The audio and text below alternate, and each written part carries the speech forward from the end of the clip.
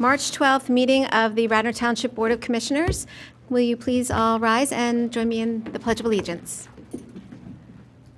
I pledge allegiance to the flag of the United States of America and to the republic for which it stands, one nation, under God, indivisible, with liberty and justice for all. Okay. Before we get started, I just need to make notice of executive session preceding this meeting where we discussed matters of personnel. I'd also like to make a brief announcement. About 2 weeks ago, one of our officers, Sergeant Mark Stannison, suffered a heart attack, and Sergeant Stannison is currently recuperating and recovering from that incident. And I would just like to send best wishes to him and his family, and wish him continued progress, and also ask for the township to keep his family in your thoughts, and send them good wishes and prayers or whatever you would like to send to Officer Stannison as well, and to the rest of our police force who are working very hard and a little maybe shorthanded at the moment. So thank you very much for that. On to the consent agenda. Is there anything that the commissioners would like to see removed? Yeah, I'll pull out item E. Okay, item E. Anything else? Is there anything staff would like? I'd like to pull out item G. G, okay. Anything staff would like to see removed? Is there anything the community would like to see removed? Okay. With that, may I get a motion to approve the consent agenda minus items E and G? So moved. Is there a second? Second. Okay. All those in favor of approving consent agenda items minus items E and G, please indicate by saying aye. Aye. All those opposed? Motion passes 7-0. Haven't said that in a while. Okay. So we have 2 agenda changes, and I'm going to pass this over first to Commissioner Clark. Sure. So if the staff can help me out with E, this emergency declaration, can we just explain what exactly that means for the township?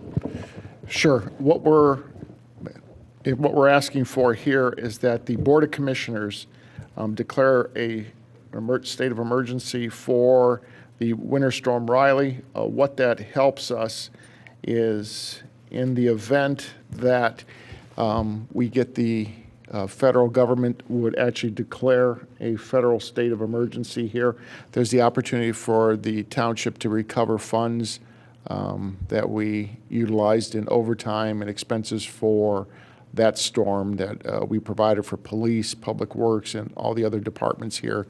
By the Township Board of Commissioners doing this does allow us the opportunity to be able to submit for those funds to be reimbursed, since the county did declare a state of emergency, and I believe the governor did also as well for this area. All right, well, thanks, Bob. And I do want to say on behalf of the board, we appreciate the staff's efforts, Public Works, the police, working around the clock there. Riley was a tough one, there's no question. There were a lot of issues as a result of it. That was something we haven't seen in a while. But I think I speak for everybody when I say that we really appreciate your crews being out there and all the hard work that they put in. They're the best. So I just want to make sure they understand that. So thank you. All right, so with that, unless there's any other comments, I'll move for the passage of Resolution 2018-32, the emergency declaration of Winter Storm Riley. Is there a second? Second. And I guess we'll see if there's any further staff comment or any public comment. All right. We'll go ahead and call the vote. All those in favor of Resolution 2018-32, emergency declaration for Winter Storm Riley, please indicate by saying aye. Aye. Aye. All those opposed? Motion passes 7-0. Okay, item G, Commissioner. So this is authorizing the engineering department to receive sealed bids for the repair of the pedestrian truss bridge in Skunk Hollow Park. Steve, can I just ask that you give a summary of the project? I know we have a lot of residents who use Skunk Hollow and the Willows. And this is a frequently used passage point. Yes, Commissioner. So this bridge was damaged some time ago, and we actually had it on the capital plan for replacement. But after looking more closely at it, we can effect a repair at considerably less cost and have the bridge back to its original shape. So at one point, we had the weight limit signs up, basically so many people can cross. This was based on a structural evaluation by a structural engineer from Meliora. We did get some calls where folks were uneasy. It's really been in the same shape it's been in for some time. So at that point, we blocked it, and then we went back to so many people at one time, because we don't want to see that happening where somebody gets hurt because they're trying to climb over it. Yeah, as you can see, I considered it more of a safety issue with the barricades up than putting them down and just having that weight or the person maximum And crossing the bridge. The sign that's on there now, it's very doable. It's a often used bridge, but not by hordes of people at one time. Right. So tonight, I'm requesting that the board allow us to receive bids. If it so pleases the board to do so, I would be back in front of this board in May requesting you award the contractor the repair. And depending on the obtaining of the material, I would expect in June, July that this would be done with, and the bridge would be back open, and it would not be canted anymore, and everything would be repaired. So is there going to be a time period where the bridge will be out of commission for pedestrian use? There will. So if it so pleases the board to authorize this tonight, as part of the bid process, we have a pre-bid meeting, and that's where we start to get an idea from the contractors of the length of time to repair this. So at one point, while they're cutting the trusses and replacing it and jacking it back up, it would definitely be unsafe for anybody to be on. They will be required to cordon that off. And I guess we would probably, to avoid what we see there, we'd have to let people know this is for their own benefit, because for a certain amount of time, there will be a section of the truss missing, while they cut that out and fabricate that and weld and bolt that back in. So there will be some time during that period. They're also going to have to, they're going to jack that up to get rid of that cant and do some structural work there. So there will be a certain amount of time. I don't know at this point how long that will be. I don't expect it to be any huge amount of time. Okay. All right. Thanks, Steve. Anyone else with questions on the issue? Well, I guess first and foremost, I'm for this project because I think this is one of the very sort of valued places for recreation in Radnor, and I think a lot of people actually use Skunk Hollow trails, particularly as the weather gets better. Steve, are there any other bridge technologies? I would assume this bridge goes out because of flooding. No? We believe what happened here years back was the tree fell on it. That's what occurred. The tree was removed, but you can see it dented the top cord, and it also tilted the bridge. So the repair, is in the tens of thousands versus the replacement, which the bridge is in good shape, is in the six figures. Right. Okay. I was just curious what caused the damage.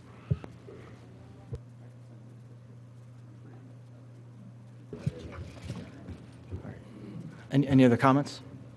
All right, then I'll move that for passage of Resolution 2018-34, authorizing the engineering department to receive sealed bids for the repair of the pedestrian truss bridge in Skunk Hollow Park. Okay. All those in favor of Resolution 2018-34, please indicate by, oh, I'm sorry. I apologize. Any staff comment? Is there any public comment? I apologize. Hi, this is Christina Peroni. Love the bridge, love the willows. During this time period, could we maybe put some planks or something? Because people are still going to want to cross the water. And I don't know if there's any safe way that we could just do some little temporary something, because people are still going to do it and want to get to the other side. So is there some temporary thing we can Bob, do you have the... There is another place to cross a little bit downstream. I know, so I go there with my family, and if you cross the bridge and Right. take a right, Right. you can come back over. There's, whether they were man-made or natural, there's a little place to Right. ford the creek. Maybe the best thing to do would just say to folks, you know, go Just 100 maybe yards to arrow your right down. and Right. cross instead of trying to make, that's just a suggestion. That's not what it looks like today. Public Works actually went out and took those barricades off. And do you Right, have the other I picture? was just out there. I saw where Okay, it just says okay. the weight limit, but what I'm hearing is there's going to be a time when you can't cross it at all, right? And that's, Yeah. I think if we, just a suggestion, if we point folks to where you can ford it pretty easily, maybe that's the way to go. Steve, how long do you think it will take for the repair? Again, you know, we're really going to have to wait to the pre-bid meeting, but I can't envision this taking more than a few weeks from start to finish, you know, weather dependent. All right. Any other public comment? Okay, then I'm going to go ahead and call the vote on Resolution 2018-34, authorizing engineering to receive sealed bids for repair of the pedestrian bridge at Skunk Hollow Park. All those in favor, please indicate by saying aye. Aye. All those opposed? Motion passes 7-0. Okay, now on to the two changes on the agenda. Commissioner Clark first. All right, so the first one is under committee reports B, ordinance 2018-05 regarding the Willows lease agreement that is being tabled to another meeting. So that's going to come off the agenda. And Next meeting? next meeting, sounds like next meeting. All right, and then for the second one, Commissioner Booker. Before we do public comment, I've heard from a lot of folks, and I appreciate everyone who reached out, and I know everyone on the board has heard from folks on an issue that I've raised. I had raised, and I wanted to have a discussion item under new business, not a motion, but a discussion item, and it apparently is not specified as a discussion item, but that was my intent. The discussion item was a serious and thoughtful move towards solving a long-standing problem we have in the Second Ward and all over the township, and that being power lines being brought down by trees. This is the most serious safety concern. In this last storm we had, there was 4 trees that were down simultaneously in the Second Ward plus Eagle, so it was at least 5 trees that were down that were taking out power lines. And this is, we had elderly people in their homes for many days without power and in freezing temperatures, and I'm very concerned about that. In addition, we had the high school out without power for 4 days, and I don't remember that ever happening in my 19 years in Radnor. And again, I'm very concerned about the safety of residents, young and old, in these no power situations, especially during the wintertime. But as Bob will recall, this is not just a winter issue. This is something that I have been working with PICO for at least the last year, and we had a serious problem of recurring outages in the summertime in the Second Ward. And again, it was the trees. It's not just a winter issue, it is a year-round issue, spring, summer, and fall. And it's not even a storm issue. These trees and branches often will fall when there's not even a storm. PICO, in my conversations with Bob, and as well as what PICO representatives, has often stated that the falling trees is what is the main issue in cutting power to the neighborhood. And so what I had raised in response to the many complaints that I received over this past storm was, again, a thoughtful and serious effort on my part to start a discussion about how we address the ever-increasing power outages and what is undoubtedly exacerbated by falling trees and branches. So I had proposed a discussion item which would be a new exemption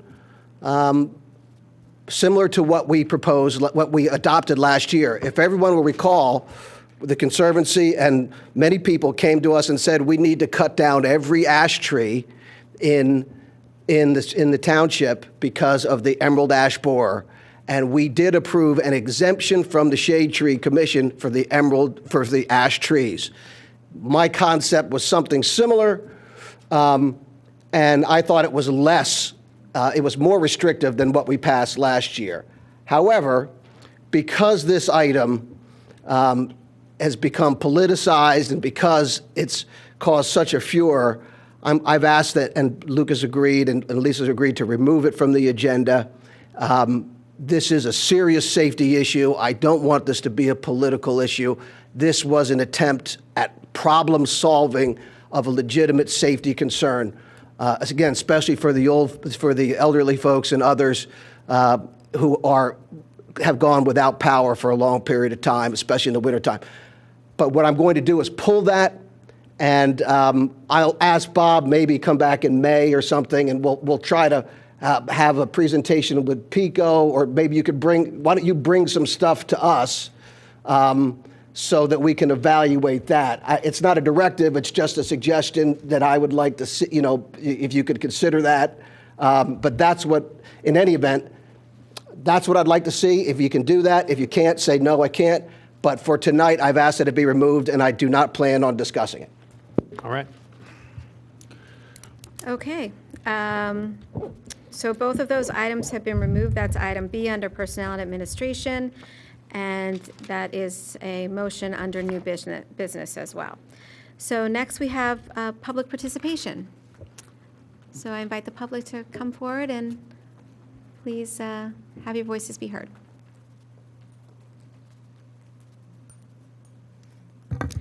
Good evening, Leslie Morgan, Farm Road, Ward 1. I'm going to talk on two items that, in essence, I looked back at. I typically try and, when I come to these meetings, in the January meeting, the first meeting, give things that I think that Ward 1 or the Township would benefit from. And I looked back at my cards, because on that meeting I used cards, not boards. Many times I use boards. And two of the items that I want to talk about tonight were on that. And one is, can you hear me? Is this working? Yeah. Okay. One is that I'd like to thank Commissioner Booker for an item he does, I believe, have on the agenda, which is the thoughtful and efficient building idea of bidding out any professionals we use that we create expenses of over $15,000. It's just prudent. You never want to, build in non-biddable relationships when you're dealing with taxpayer money over a long term. That doesn't mean that we wouldn't pick the same people that we have now, but I do think that back testing is a wonderful idea. And I think that most people that work in the private sector are this would just would have been done decades ago. This kind of rule would have been put in decades ago. So we are way behind the times. And on the local government, sometimes you can move a little quicker than on the federal level. So I think that this is a great idea. I hope you all vote for it. It's not political. It's just you're going to always back test and bid out your professionals. And just because they're an engineer or a lawyer or an accountant, they shouldn't get better treatment than other people. We bid out many other things. This should be just normal. And anybody who wouldn't vote for it, I would wonder about their business acumen, quite frankly. And we can take that outside if you want. But, in essence, it's a pretty solid idea. The second thing I want to talk about, because I won't be here in the next meeting, and I know that the Willows was taken off the agenda, but I have not seen this whole lease thing put up on the website under the Willows. I looked for it today.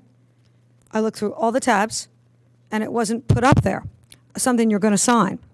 So could somebody, if I'm wrong, maybe it just doesn't come to 12 Farm Road because of all the power outages, could somebody please check and make sure that that is posted? It is on the agenda. It's under attachments. It's under attachments for the introduction. well, the Willows file that's on the left-hand side of the website for Radnor Township, I went through all the things and I couldn't find it. Okay. So if we could just label it lease or proposed lease, it would be a little simpler for me, because I was trying to be really, really prepared for this. But my thoughts didn't change, and my thoughts are this. Whatever the lease says, I don't want a Library 2.0. I think we all understand what a Library 2.0 is. I'd like to, President Borowski, are you familiar with the Library 2.0? Because I don't think you were sitting there. You don't have to answer, but I would like your attention when I'm speaking, since I get 5 minutes.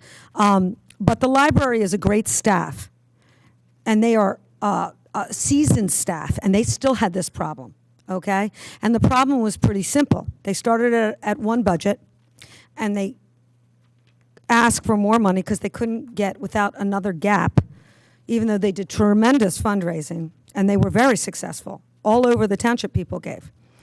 So they needed to come back because they didn't have hard bids. I'm sure that Matt will be a great expert in helping guide you in 2 weeks, but you need to get hard bids on the total budget, whether you phase the money and you make conditions of private money coming in pari passu or at equal times, or you give a dollop until you get to the hard bids.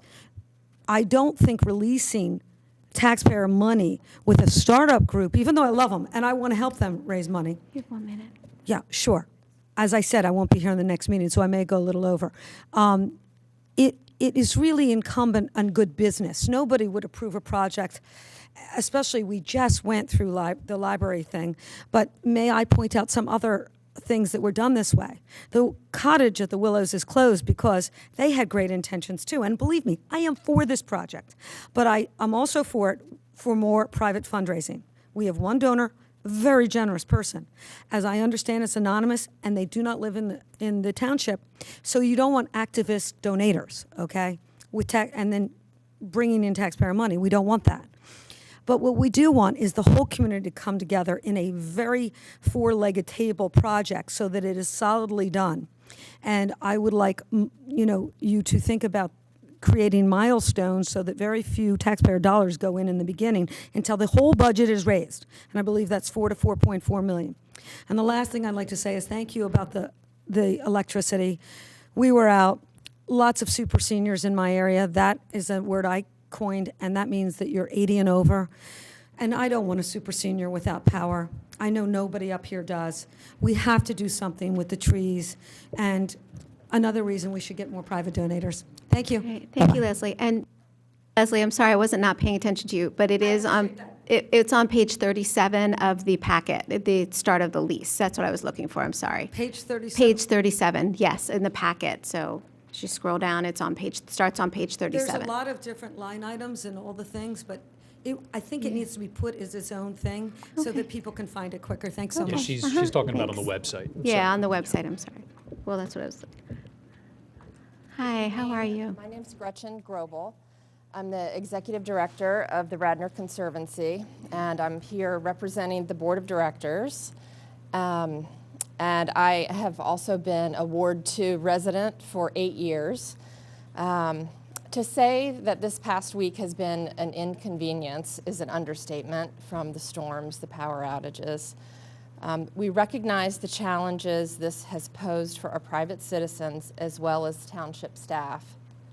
But we must consider the repercussions of the current recommendation to our current shade tree ordinance.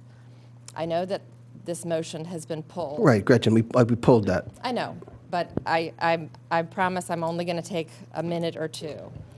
But Radnor property owners would be allowed to, with that current motion, remove any tree species of any diameter, any heritage tree, and any quantity of trees which a resident reasonably believes to pose a threat to power lines in the right-of-way on their personal property without getting approval from the Township's Shade Tree Commission or notifying the Township. This statement is vague and could lead to interpretation with very little overall control. Amendments to our current standards should be approached with careful considerations, research, and healthy discussions related to any long-term impact. Ambiguity may lead to increases in stormwater runoff, we already have that, flooding, decreased property values, increased utility costs, impact air quality, natural habitats, and make for a very dissatisfied neighbors. In order to protect the Radnor community, its tree canopy, and our environment, property owners who want to remove trees must go through the Shade Tree Commission and adhere to well-developed standards. I'm not saying they can't be improved and reviewed. I'm encouraging that. Please consider the following areas as you debate this issue over the coming months. Options for preventative maintenance on existing trees to help preserve our canopy by both Radnor Township and its residents. Also, considerations on how the proposed changes may foster workarounds, leading to attempts at clear cutting when advantageous. Also, I do encourage you to speak with PICO on future solutions to mitigate power outages due to fallen trees and branches.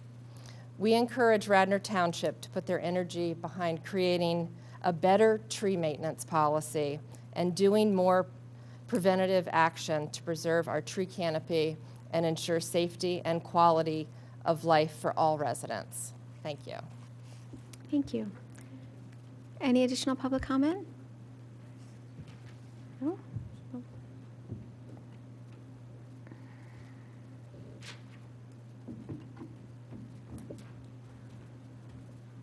Good evening. Good evening, Dan Sherry, Wayne. Just speaking briefly about Commissioner Booker's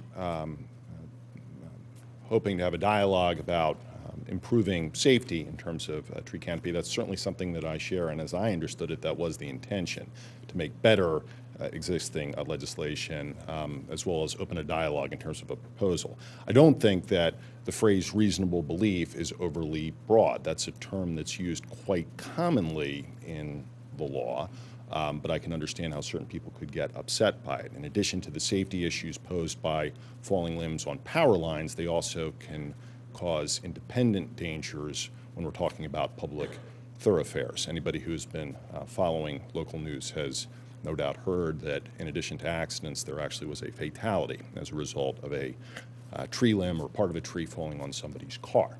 So this is an overdue discussion, and hopefully the suggestion that the township bring in representatives from PICO, other experts, perhaps a professional arborist or somebody who has at least expertise in tree safety will be heeded so that that discussion can be had. The other issue that I wanted to speak at the start of the meeting tonight is this proposed resolution that Ms. Morgan eloquently spoke about earlier tonight about the importance of proactively requesting bids for a variety of positions. Specifically, one at least drew my attention was legal solicitor services. We have had in Radnor for some time now representation that, in my opinion, leaves a lot to be desired.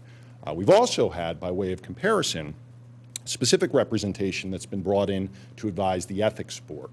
The Ethics Board was at one point advised by Joel Barris, in my opinion, horrendously, and thereafter we've had new counsel come in for the Elaine Paul Schaefer investigation, and as I understand it, the investigation involving the McCone complaint and Exhibit 6 that is presently active. It's important to have that sort of continuous oversight as opposed to merely resting on people that you have. And when you learn what is available out there, in fact, when you're required to learn what is out there, I dare say you're going to get not only better services, but you're going to keep people that work for you more or less on their toes. They're not going to get too comfortable. It provides an incentive for them to do a better job. Although, again, when it comes to the solicitor in Radnor Township, I think you have more than enough evidence and have had more than enough evidence for some time now in terms of that particular service. So, see you all in a bit. Thank you. Any other public comment?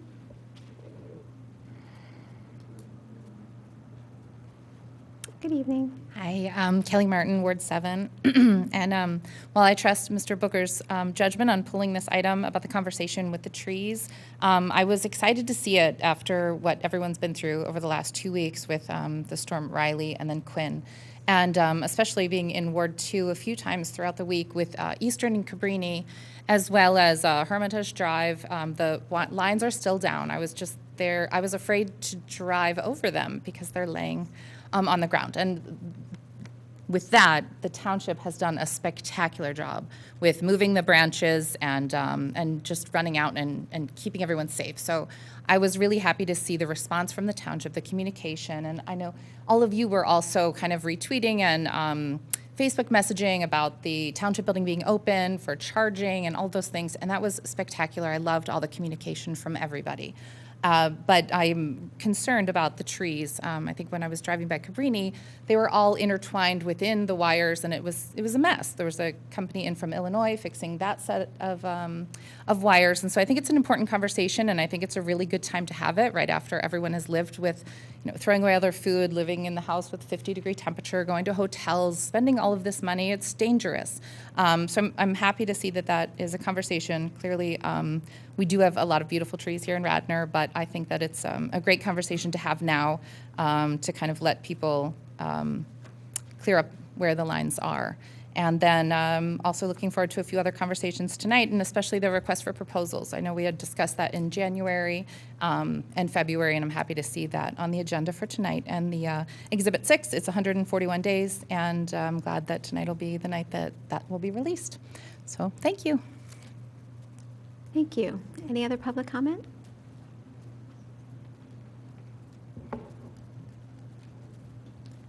Good evening. First time here. Joel Feldman, I live on Woods Lane. My home, ironically, if you drove all the way up Arden Road and you went up the hill, you'd come into my backyard. So I wanted to just share a couple of observations. We've lived here since 1994, so we've lived through these experiences before. Mostly we're following the hurricanes of last 10 or 15 years. Ironically, I was up first light Saturday morning. I saw the generator explode, which was at 10 to 6. All of the wires went down on Arden Road. It was only because of locals who cut away some of the big woods. The wires were still down. I don't know whose responsibility that is. The township, PICO, both or none. But I think it's pretty absurd that those wires were still down 48 hours later.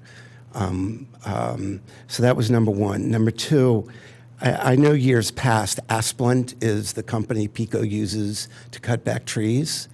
It seems to me, rather than focusing on whether or not we're going to allow people to bring gorgeous trees down that should perhaps just be cut back, seems to me there should be some additional responsibility that PICO, as well as the township, has. Using your eyes, letting people call in and say there's something wrong with a tree, and rather than just bringing big trees down in such a gorgeous old neighborhood where we live, to me, seems to be really, really extreme. And the final thing I wanted to say is, I don't have any real understanding of technology, but I do ask, why are we not considering having electric wires and other wires underground? China does it, Brazil does it, India does it, parts of the United States do it. Seems to me that ought to be something that PICO pays for. Perhaps it's something that Township can do.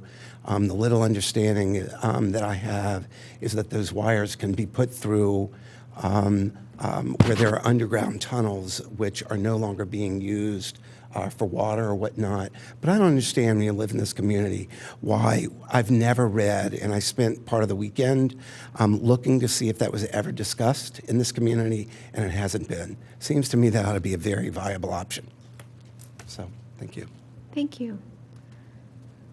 Any other public comment?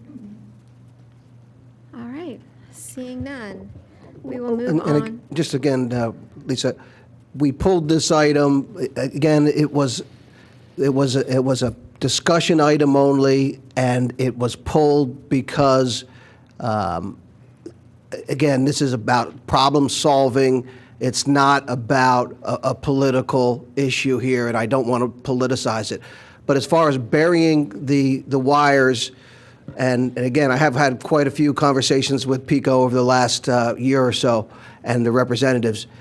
The burying of the wires per PICO is that would not be an expense that they would undertake. It would be on the customers to bury those wires.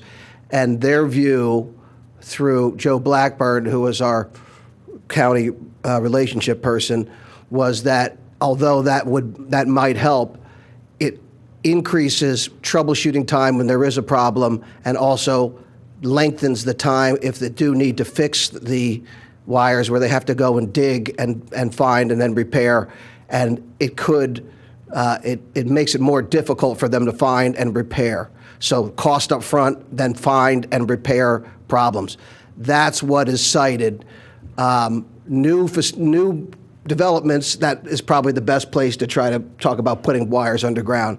But we are where we are today, and again, my issue is the safety of people who aren't in their homes for 4 and 5 and 6 days in freezing weather, especially the elderly, especially young people. That is the concern. It's the safety concern of people without power for multiple days on end. That's what I care about and I'm trying to address. Now, can I just make a comment? So, Rich, I'm confused because in your your motion, you said that you want the board of directors. No, Hold on,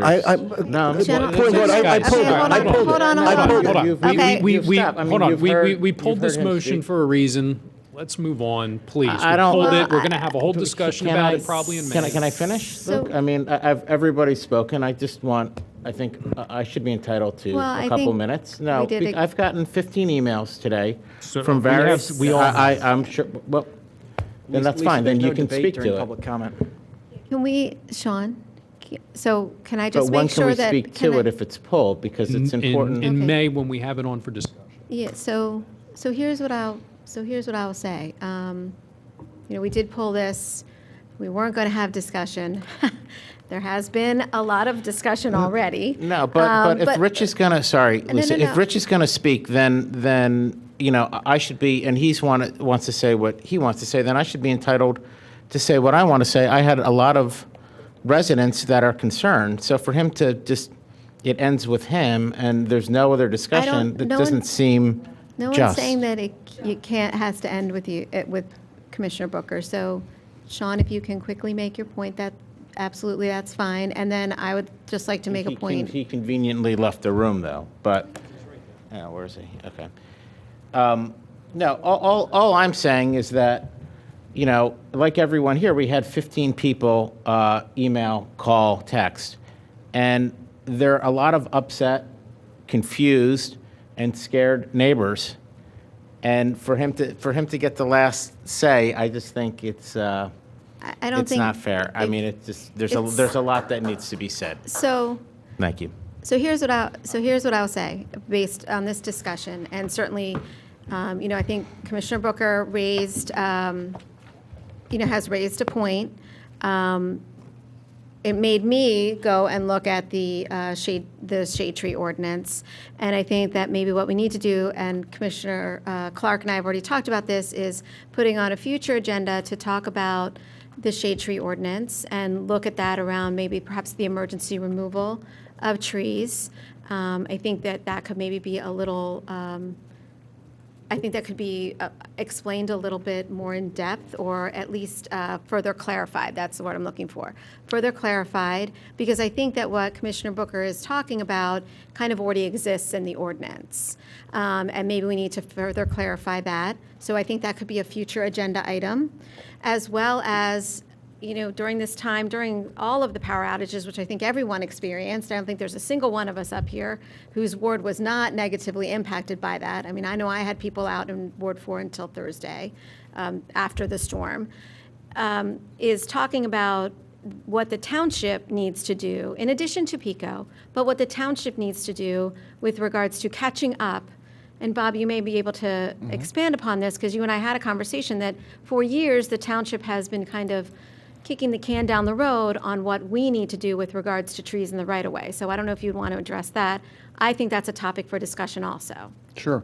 And if I may, just briefly, and I know John Hospick, our arborist, is here, and John, thanks for being here tonight. Part of this, and I'll address the PICO issue, there are a lot of residents that were out with power, and trying to work very closely with PICO on the issue of response time. I'm just going to use it as my opinion, working with PICO, working with power companies for 20-plus years. This is probably the slowest response I've seen with PICO in this storm. I think they got caught off guard on this. They did not mobilize their out-of-state repair crews to come in. I think they came in late. And I think I know residents initially had like 2 days in which their power was going to be restored, then they pulled those back, and then all of a sudden residents were getting 7 days, 10 days to get power back on. One of the things that became concerning to us was that somehow it was being told to us that, well, you should be notified, and the township, once the township will notify you that the power has been disconnected, and then you can send your crews out to start cutting the trees up in wires. We're never going to do that. We are never going to put our crews in harm's way, or we actually have a contractor. Has been our policy to use a contracted company here to help clear roads. We are never going to put those folks out in harm's way without a PICO crew being there to make sure and verify that a power line is dead. We are not going to do that, and that's where they were starting to offload this. And the gentleman's correct. Ashplund was always being a part of this. We did not see that tree cutting crew out there for a long time. I know, being in contact with a lot of commissioners, they were very frustrated because of the delay in trying to get crews out there, in which it was every half hour trying to get a hold of PICO and communicate where trees were down, where wires were down. We were clearing state routes, which I know that's not the responsibility of the township, but we were clearing roads just to try to get those cleared. But then also to the point that Commissioner Booker was making, which we are about 25 years behind schedule in clearing trees and maintaining trees in the right-of-way, at least, and probably $10 to $15 million unbudgeted to maintain those trees. So that's the situation this board sits in front of right now. That's how far behind we are. And to try to catch up, we're going to try to catch up 25 years.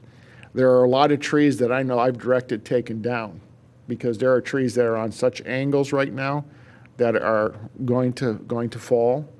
There are some that are tangled in lines. If you look at how some of these trees are cut now, that you have the power company, PICO, comes out, there are some that look like a hurricane went through because they butchered them that bad. There are some that look like a referee has said touchdown, because you've seen those cut up. You have other ones that there are so many trees tangled in the wires. And I agree with Commissioner Booker with what his thoughts are. There are some of these trees have to come down right now in power lines. And they just have to come down. And some of these right now, if they fall, they're going to take power lines down, and they will take circuits of anywhere between 500 and 5,000 homes. During that storm, we probably had a circuit of 7,000 homes that were out. And that's because trees are just coming down. And if you just ride, and I'm going to use an example, Conestoga Road.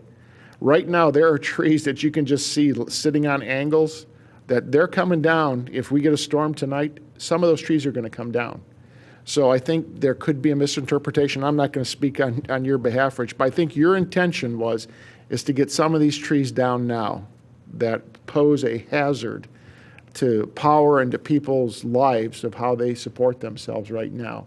And I know we had spoken about that, and I believe that's where the intention was at here.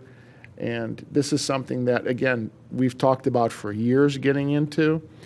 There's a process that has to go through, that at least someone has to get a permit. It's not just go and free range it and go. But there are some trees we've directed that have to come down. There was one tree that I was a day behind in having it cut down. It fell down in the intersection of South Ithan and Conestoga Road. There was one that was over the storm. We were behind 2 days in Jake's ward that came down, and the tree, I'm religious, but by the grace of God, it landed between homes. It laid itself down in this storm. But if it went one way or the other, Jake, I don't know, 5 feet one way or the other, it's into a home. But that's how bad these situations are, and they take power lines down. So I think the discussion is right to have right now, but we are 25 years behind schedule in maintenance. And Steve, I know when you were Public Works Director, maybe 25 I'm a little shy on, but we've got that much, and that it's going to cost us, and John Hosbeck, correct me if I'm wrong, we're at least $10 million at least to get caught up on this. So this is a major problem, and PICO's not going to come here and say, we're going to come and do all this. And to bury power lines right now, for new developments, it's great. I would love to see power lines put underground, but we have so many infrastructure issues underground right now, conflicts that run underground. we're probably talking hundreds of millions of dollars to put those things underground. And then with issues of trying to put other utilities underground, we can't even get Verizon and Comcast to come out and fix all these hanging wires right now that are all over. We had one on Gulf Creek. We still have wires that are wrapped around trees that are Comcast and Verizon, and who knows where they're at. So these are a multitude of issues. I know we spoke, the solicitor, and trying to get the board to pass something about having the PUC get on top of them to correct these. But we've got major issues with all of this. So there's no quick answer, but this is what's placed in front of this board here, trying to resolve this issue. And it's going to cost a lot of money. Sounds like a budget Sorry. item. Also, for anybody that's interested, sometime in the last 5 or 6 days, there was an article in the Philadelphia Inquirer about undergrounding that PEPCO's doing in Washington. You might want to go look that up. It's got some good information about cost and whatnot. Yeah, Bob raised a lot of issues that are before us. One being identifying the trees in the right-of-way. Like, these are issues that I think this board, we can push, send over to Shade Tree and let them discuss these issues. Right now, I think they have a project going on, and John and Steve, correct me if I'm wrong, but they are working with, some survey system, handheld device, to actually identify trees in the right-of-ways. So as they're going out and identifying the trees, if they see a tree that presents a problem, I think that's easy for them to mark. So instead of duplicating efforts, these types of issues, we should look to push to Shade Tree, let the experts who focus on these issues speak about it, discuss it, and bring back recommendations to this board.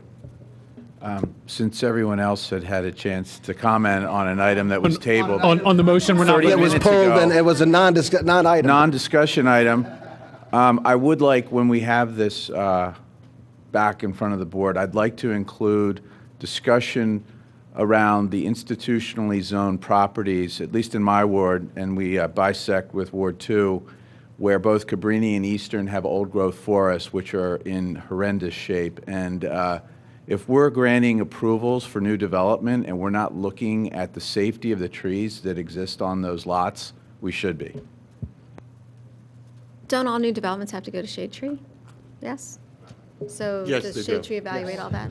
But Have they ever asked anybody to cut a tree down? I don't think, not in So my, no. when a developer comes to Shade Tree, our requirements for survey include a survey of all trees on the property, Latin name, common name, diameter, and most developers will note trees in decline because they can remove them without planting compensatory trees. But I'm not saying that everyone does that. And also, on our subdivisions, I send our arborist out to take a look. But to Commissioner Marshall's point, there's no clause pushed that says you must address these trees that are on your property, other than what falls within the shade tree ordinance. But So, all right, so that was a lot of discussion for a non-discussion item, which I think is fine. I think it's good, and I thank the residents from the community and the Conservancy for coming out and sharing their concerns. So I think this will definitely be, we'll put this on as a topic for an upcoming meeting, maybe the next one or the following, because obviously there do seem to be issues that we need to discuss, and they will have, I think, budgetary impact, and then see how we collaborate and send what we would need to send back to Shade Tree, I think, for Shade Tree to have input into this as well. Thank you for allowing the discussion. I mean, you had a lot of people here that had a lot of important thoughts, so thank you. Absolutely, absolutely. So thank you. Hi, Leslie. I'd just like to add an idea, because former Commissioner Don Curley was always complaining that the stormwater fund was not getting drained quick enough because, like in my neighborhood, we had a shovel-ready project, and then the neighbors got mad that there'd be construction noise. So it got tabled. I mean, it was something like that. I didn't get involved in that, but they didn't want the construction because they think that we don't flood anymore by Wawa and Banbury, which I don't think is going to be true long-term, but hey. So that was like $1.1 million, I think, that project, or just about $1 million. And so that just sits there again, even though it was supposed to be done last year, but the neighbors on the street that I live on got upset because it was going to be a lot of disruption for construction noise. So my thought is this. And I'm not sure if I'm going to get yelled at, but I'm just thinking creatively out of the box. You could tighten regs, and I think you're going to have to do that, whether it be within the zoning code, in new development, or existing development. But you could also retitle, because I know that Don always wanted the money given back. But what if you retitle the stormwater fee as the stormwater tree fee? And you could probably get some projects going on Conestoga Road and some of the other bigger roads where you do. You see it every day. I mean, you don't have to be an arborist, though John does a good job, to know that we are at risk on major areas. Eagle, Conestoga, there's probably 12 to 20 streets. But maybe because some of the stormwater projects get so tied up in a knot and that fund just sits there, what if we retitle it? And because this we could do quickly. Thank you. Thank you. Okay, anything else? All right, thank you all again. Thank you, commissioners and public and our staff as well. Okay, let's move on to public safety. Before we go into committee reports, can I just ask for an update where we are on CARFAC and if we're going to reconstitute that committee? So we need to have a meeting with Bob Zinkowski and Bill White and talk about how we move forward with CARFAC. And I think that's a discussion that we'll be having at our next meeting on the 26th. Definitely first in executive session, and then we'll bring that forward to the community. Okay. Okay. All right. Well, Thank you. what I would say is that that's not the case. We can decide right now. This is a board committee. It's a board committee that we have, and we can certainly vote to, we don't even need to vote. We can just repopulate it. So why is it that you're taking it upon yourself, Lisa, to talk with Bob or Bill? What's that about? I disagree with that. What are you talking about? It's CARFAC. We can reconstitute it. Why aren't we appointing some new people? Well, because with regards to CARFAC, some of the things that came up from the members before any of the transition, or whatever you call it, occurred, I went to a meeting, myself and Commissioner Farhi went to their last meeting, and they had concerns about the way CARFAC was being utilized, the way that CARFAC was being assigned or not assigned projects. They were starting to feel as if their time was not being well used. And that was something that I took to heart. We were invited to come to CARFAC's meeting in February as a board to hear from them about that. Unfortunately, they all resigned prior to that meeting. So I feel like there is still some unfinished information or unfinished business around that whole issue. And do we need to, as a board, look at the way CARFAC was initially constituted? What is in the resolution that created CARFAC? Is CARFAC still functioning well for the way it was created initially? You know, it grew out of CBFAC. Does it need to morph into something else? And is that something the board needs to look at and something the board needs to talk about? I've had, so I would just like to have that conversation with the staff and then have them bring that to us and for us to consider that. Maybe we will reconstitute CARFAC exactly the way it is, but I feel like I heard a lot of concern about the way CARFAC was being used and the way that the work was being delegated or not, or they were being involved. And I want to understand that better, and I want to see if there's a better way to put that group back together. Well, that's great, All right, Lisa, so but this is a board prerogative. It's not a Lisa Borowski prerogative.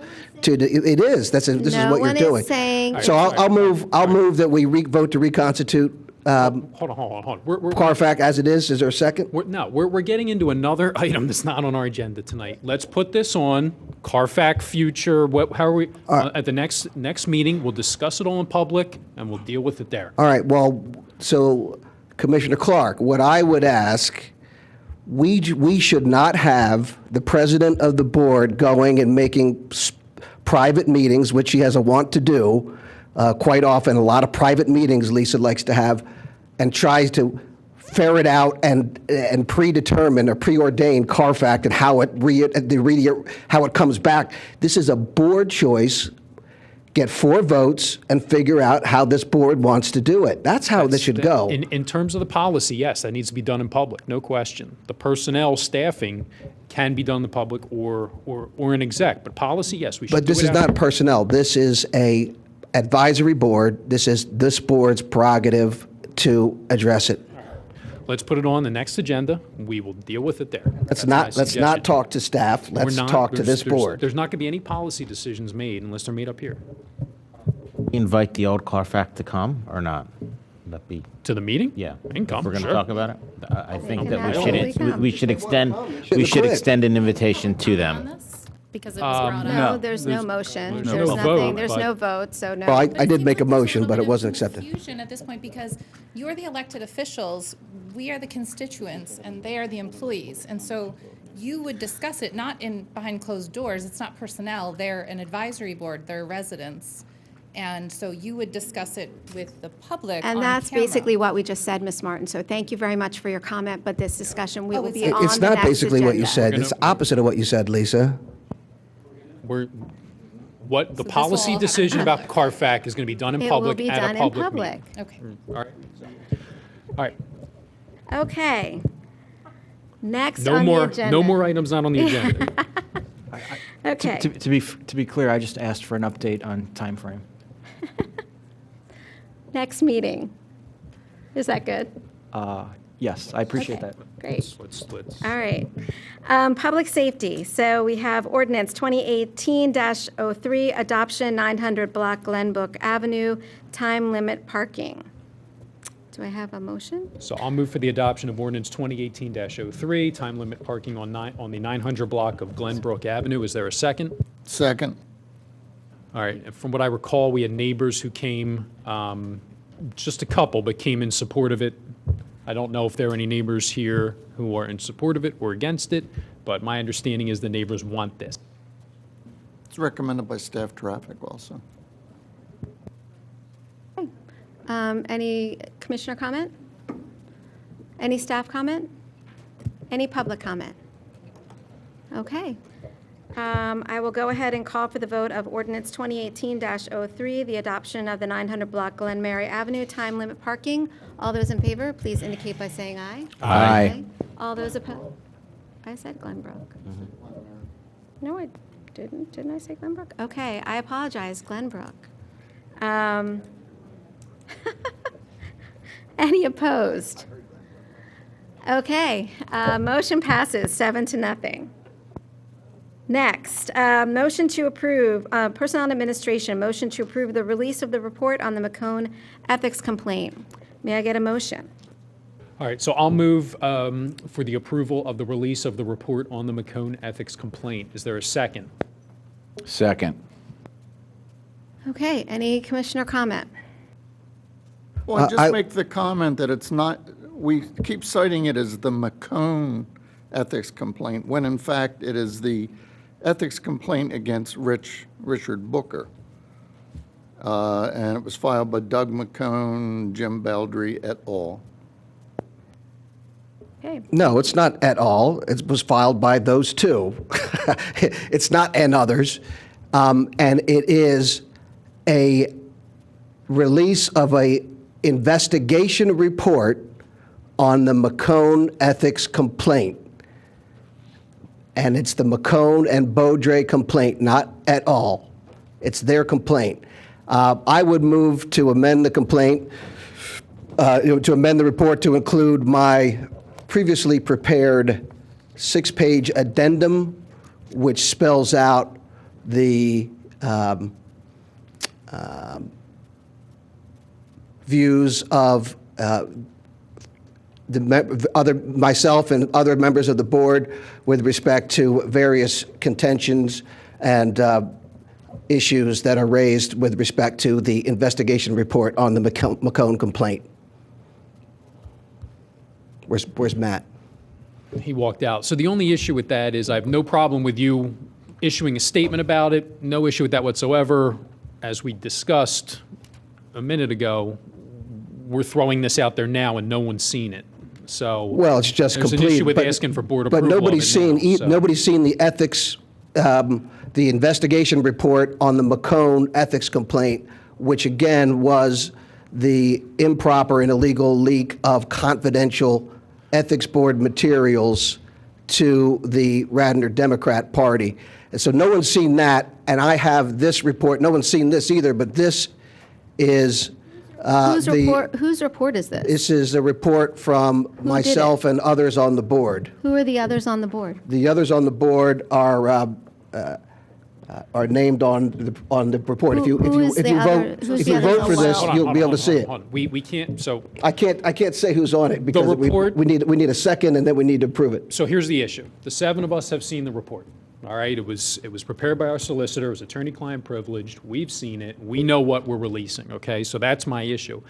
I have no problem with your statement, I have no problem with releasing that. The problem is, again, we're asking for people to vote on this when they haven't seen it yet. So we just can't do it, in my opinion. And if you want to release that on your own or save it for the next meeting, that's fine with me. I mean, I'll put it on the next agenda, I'll vote for it. That's the only issue. I get- I mean, we- You'll vote for it on the next agenda. So do again, I had a motion to amend the motion to include the requirement that we publish this. And I would ask for a second if I could get that. Can't you publish that on your own? I mean, release it and publish it on your own. Why can't you do that? I can't. Then do it. Then why grandstand and do this? Just do Because I that. prefer not to. I'll second. Then you're grandstanding, Rich. Rich, I'll second your motion. Well, I also want to point out to members of the public who come up here meeting after meeting and complain that this report has not been released, that it has been held up by Rich Booker and others who supported him. It's not been held up by It was ready me. for releasing a month ago. Well, it might have been, but I haven't held it up. And I'm not going to hold it up. The public can see it. It's attorney-client privileged, by the way, but I'm willing to release it. But I would also like to release this other document, which I feel adds additional color, commentary, and additional suggestions.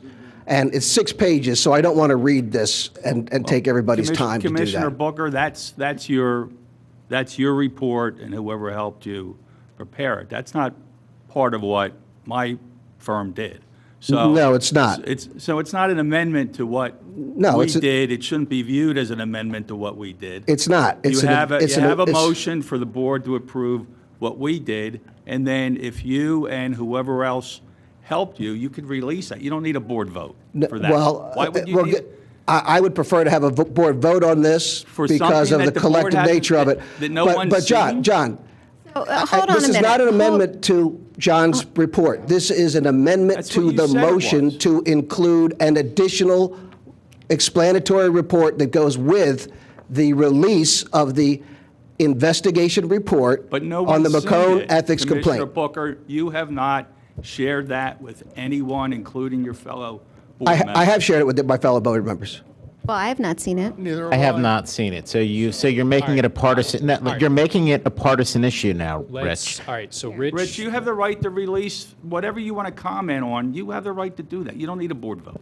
All right, so let's. Ms. Stein is sitting right there. You could probably hand it to I her right now. believe that it's important that these documents, if we're going to spend taxpayer dollars to publish a investigation report prepared by the solicitor, and that we should also spend taxpayer dollars and include an addendum to that report. I'm concerned, which what shows- taxpayer dollars were spent preparing an addendum report when no one on this board approved that? No taxpayer dollars were. The taxpayer they dollars are going to be to reproduce and distribute the same as the other report. There's nothing stopping you from releasing it on your own. Why do you need to make such such a problem about this? Because this is my preference. Okay, I want it's not the an issue board. of preference. It's an issue of you can do it. Excuse so me. then do it. No, Interim you're not Commissioner- excused, Commissioner Rich. Fari, it Gentlemen, does matter. This is a gentlemen. board matter. The board can vote on it. All right. It's your opinion is your opinion. Gentlemen. And your opinion is your opinion. I know. Release So it. Release it. I have a motion. Gentlemen, enough. I have a motion and a Commissioner Booker. second. There's a motion You and a have a motion and a second. I will go ahead and call the vote. Okay. Lisa, before we get to public Yes. comment, so just so people out in the audience and anyone who's watching sort of understands what's going on here, and John, please weigh in because you were the author, or your firm was the author of the investigatory report. I think what Commissioner Booker is saying is that he's going to release, I'm not going to call it an amendment because he didn't draft it, right? So it's a rebuttal. And I don't know, Rich, technically if you need an up or down vote, a majority vote for you to do that, but if that's what you're asking for. No, I don't need it. Right. That's what I'm asking for. That's what you're asking for. So, I mean, it's as simple as that. right. So I guess right now that's all we're talking about. And if the public wants to speak about it, I think that's fine. All right. Is there any staff comment? Any public comment? This is on the Motion, amendment. current, Motion, John Nagel. Everybody knows what it is. It's clear. Mr. Sherry, gentlemen, Everybody. Everybody, I mean, seriously, the attempt to confuse this is ridiculous. There's a motion to bring a report to the public.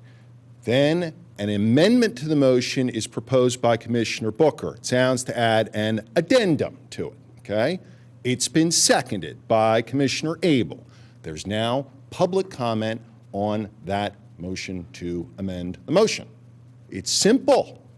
No one's confused by it Please, except for Commissioner please. Borowski and Commissioner Nagel and apparently Solicitor Rice. who Mr. says that Mr. Commissioner Sherry, Booker- I'm not Mr. concerned Sherry, at all. Commissioner Mr. Booker- Sherry, Why am I I am being going to ask you to please limit your comments to the current motion on the floor. That's And what you they do are. That's what not he's doing, need- Lisa. What I am doing. Rich, That's please. what I am doing. Please, Mr. Lisa. Sherry. Characterize my remarks, okay? You The can do motion it to- without, With what? With what? I'm setting the timeline out as to where we are. You wanted to call the vote without even public comment, I am Madam. sorry. I know. I Mr. accept your Sherry. apology. I am sorry. Commissioner Booker's desire to have an addendum to a report via a motion to amend a pending motion is straightforward, okay? All that you're doing now is whether you permit it or, given Commissioner Clark's remarks that he will give it a vote if it gets on an agenda for another meeting, whether you pull the amendment. That's all this is right now. Moreover, the desire to have something appended to a report, I dare say, is commonplace. It's a matter of preference. A commissioner is allowed to have a preference if he or she thinks that that gives the public more context to what is being released. There's nothing problematic about that. And this assertion of, well, you don't need to have a vote, who cares? There's nothing procedurally inappropriate by Commissioner Booker bringing it to the floor. What is inappropriate is for Commissioner Fari to start spewing about grandstanding, and he was not called on that by the chair. Commissioner Booker is within his rights to request an amendment to a pending motion, okay? When he does so, and it's seconded, you have dialogue, and at that point, if Commissioner Fari wants to claim motivation to Commissioner Booker, well then, Commissioner Borowski, you should know what to do. I don't see any issue in terms of having an addendum that anybody would like to put to a report. We're dealing with this at a national, congressional level. People can argue about whether or not the reports, and the rebuttal reports, and the opposing reports, or whether they're a good idea, whether they're not a good idea. But there's not too much dialogue as to whether or not just that process is inappropriate. So, there's something that Commissioner Booker wants to add. It's been seconded by a certain commissioner. To the extent you guys want to have it at a later meeting and vote on it, fine, but I don't see why the township should be weighing whether to do that or not just as a matter of procedure. And procedure is important, Mrs. Borowski. You stated on the last issue, oh, let's talk about Carfax in executive session. You said that and then complained when Ms. Martin came up here and said, why would you do that in private? Well, I didn't say that. Well, yeah, you did. Words matter. Thanks. Thank you, Mr. Well, Chair. if the issue, but- if the issue is that people haven't seen it, I'll make this available. Does everybody want to see it? Rich, I think I would like to have you release it, Yeah, and we can vote on it, and we can have a discussion about it next meeting. You said it was 6 pages. Yes. That's too much information to digest at 8 o'clock. You know, why don't we just have it released and then pick it up at the next meeting? Is, okay, Ms. Martin? Why are you? Floor's, Still on the floor is yours. motion, the motion to Yep, release. still public comment on the motion to amend. All right. So, Kelly Martin, 7th Ward, and I don't see why having more information would be harmful to anyone, because we can all accept what we'd like, or, you know, pick through it and just be presented with more information. He's not asking to alter Solicitor Rice's report. It's just to have additional information. So I'm all for releasing that, and of course, it'll have the names on it of the people that were involved, and then we know those are the people that were involved in that report. So I don't see why that couldn't be presented to the taxpayers along with Solicitor Rice's report. I'm all for releasing that if that's the way that you all decide to go. Thank you. Thank you. Any other additional public comment? Okay. All right, now, I guess we can go ahead and call the vote to the motion on the floor, unless what Commissioner Marshall has suggested is something that perhaps those who made the motion I would like to ask Mr. Booker, as a favor to the board and to the public, to release your memo, give us 2 weeks to digest it, and then we can talk about it next meeting. so instead of asking for board approval, he just sends it out via whatever means he wants to on his own. I'm sure Linda would love to get a copy of it. I think that's fair. I mean, She we might need already to- have it. Rich, do you want us to call the vote on your motion, or do you want to Or withdraw do you it? want to withdraw? Call the vote. All right, let's call the vote.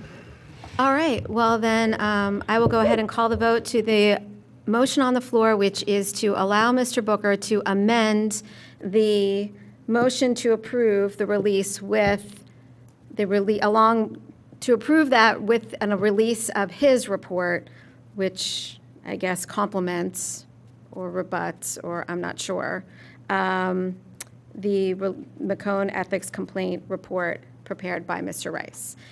All those in favor, is that right? All those in favor, please indicate by saying aye. Aye. All those opposed? Nay. Motion fails 4-3. Okay, so back to the original motion on the floor to approve the release of the report of the McCone ethics complaint. We had a motion and we had a second. Right, So I will first ask for commissioner comment with regards to that. Let's get it out. Okay, I will ask- One question. It is attorney-client privilege, so do we need to specifically say that we are waiving privilege, or we're releasing this and it's no longer attorney-client privilege, or what's the vote- technical? The vote releases it. Commissioner Booker waives the attorney-client privilege. That's why it's on the agenda. Is there any, why was it attorney-client privilege in the first place? Just because it was always an investigation, was it, should it have been attorney-client privilege in the first place? It was something that the board directed my office to do and return a report to the Board of Commissioners. That's legal work, that's attorney-client privilege, and unless the board decides to release it, it was confidential. It was marked confidential. Any other commissioner comment? John, do you have a total of what we spent on this investigation and report? Total was about $6,000, give or take. Which, I just want to make clear, could have been easily resolved if the two people who brought forward the complaint would have just identified how they came in possession of what's now Exhibit 6. Right, so the confidential materials, the expenditure, the 100 and, how many days was it, Kelly? 141 days? So we're 111, we gave them 30 days initially, so we're 111 days behind. And the 111 days and $6,000 plus agita with all of us, and this could have been avoided by simply having the people who obtained the confidential, improperly, illegally obtained materials, if they would have just said where they came from. When you see this report, you will see that the report is inconclusive. We still don't know how that got confidential and got out there. I think you need to wait before you discuss it until we just vote to release it or not. Okay, my Please. apologies. Withdraw that statement about the results of the investigation. Back up the YouTube. Okay, Back up the camera. please, yes. Let's go back in time, 2 seconds. Okay, any other additional commissioner comment? Yes, because I'm an interim commissioner and I'm not running in May. I just like to say that this has been... Don't be too hasty. I'm not running in May.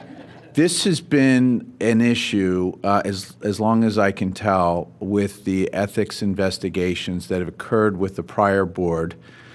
And I know we can't roll back the tape, but look at what we're being faced with by decisions others have made. And I would just ask everybody on the board to be very cognizant of supporting ethics charges when we're getting to a point where I think it's become highly politicized, and I would include Mr. Booker in that statement as well. For what? Let's release the report, let the public read it, and then we can talk about it in 2 weeks. That would be my request. I agree with that, and also it's a complaint. There's no charges, right? There's no charges. I don't know. You're a practicing attorney. Does this do anything to your standing in the legal community? No. Good. Okay, so I will now, is there any staff comment? I'm sorry, is that the end of commissioner comment? Okay. Staff comment. Public comment.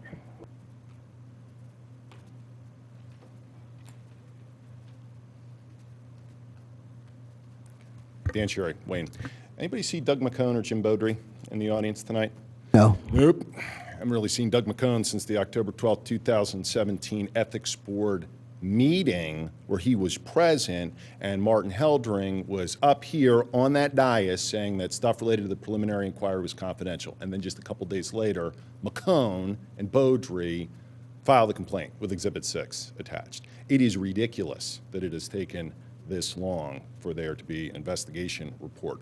You know who got the information, McCone and Beaudry. I've spoken about this countless times at meetings about how you go and get the information from those two men. This is not a who ended up with it. You know who ended up with it. McCone and Beaudry are not on the ethics board, okay? They're not township staff, okay? They have no justifiable explanation as to how they ended up with the document, whether they somehow infiltrated the township, which again, I doubt. Doug McCone doesn't really strike me as the cat burglar type, or whether somebody leaked it to him. But this is just ridiculous that this has taken so long. And it harms the public's perception of the ethics board, okay? Even more than the ethics board has harmed itself with the farcical investigations that they have been a part of. And on that point, because John Nagel brought it up, he goes, oh, it's not the McCone complaint. Okay. When I filed a complaint against John Nagel for the somebody shoot you outburst, you know how it appeared in the agenda? Dan Sherry complaint with Eisenberg, Rothweiler, Winkler, and Jeck, my law firm. Didn't mention Nagel's name. Don't recall John Nagel having any problem with that. Okay. It is the McCone issue. This investigation should have been about how McCone and Beaudry got their hands on that document. Okay? And if it is, in fact, inconclusive as to how they got it, well, then you got a problem, not only in terms of McCone and Beaudry, but whoever you had running that investigation. If it was Rice or other people at his firm, this is sad. Sad if there is no understanding as to how this got out. Okay? It's a writ and pre-complaint discovery. Okay? Or if McCone and Beaudry just really want to talk, well, are you really outside the bounds of reasonableness when you think maybe they did steal it? Did you turn it over to the district attorney's office? I mean, the only thing you know is that McCone and Beaudry don't have a good faith excuse. I can't think of one, nor have I heard anybody ever come to this lectern or speak from the dais as to how McCone and Beaudry could have gotten it in good faith. Okay? Probably one of the reasons is the timing. okay? Let's presume Doug McCone is complete ignoramus in terms of township rules, okay? That still goes out the window because, as I said at the start of my comments, he was at that ethics board meeting when Martin Heldring said that everything having to do with a preliminary inquiry is confidential. So just presume, okay, that McCone had no idea about preliminary inquiry up until that point. It's only 4 or 5 days later that he turns over Exhibit 6. He's got no excuse.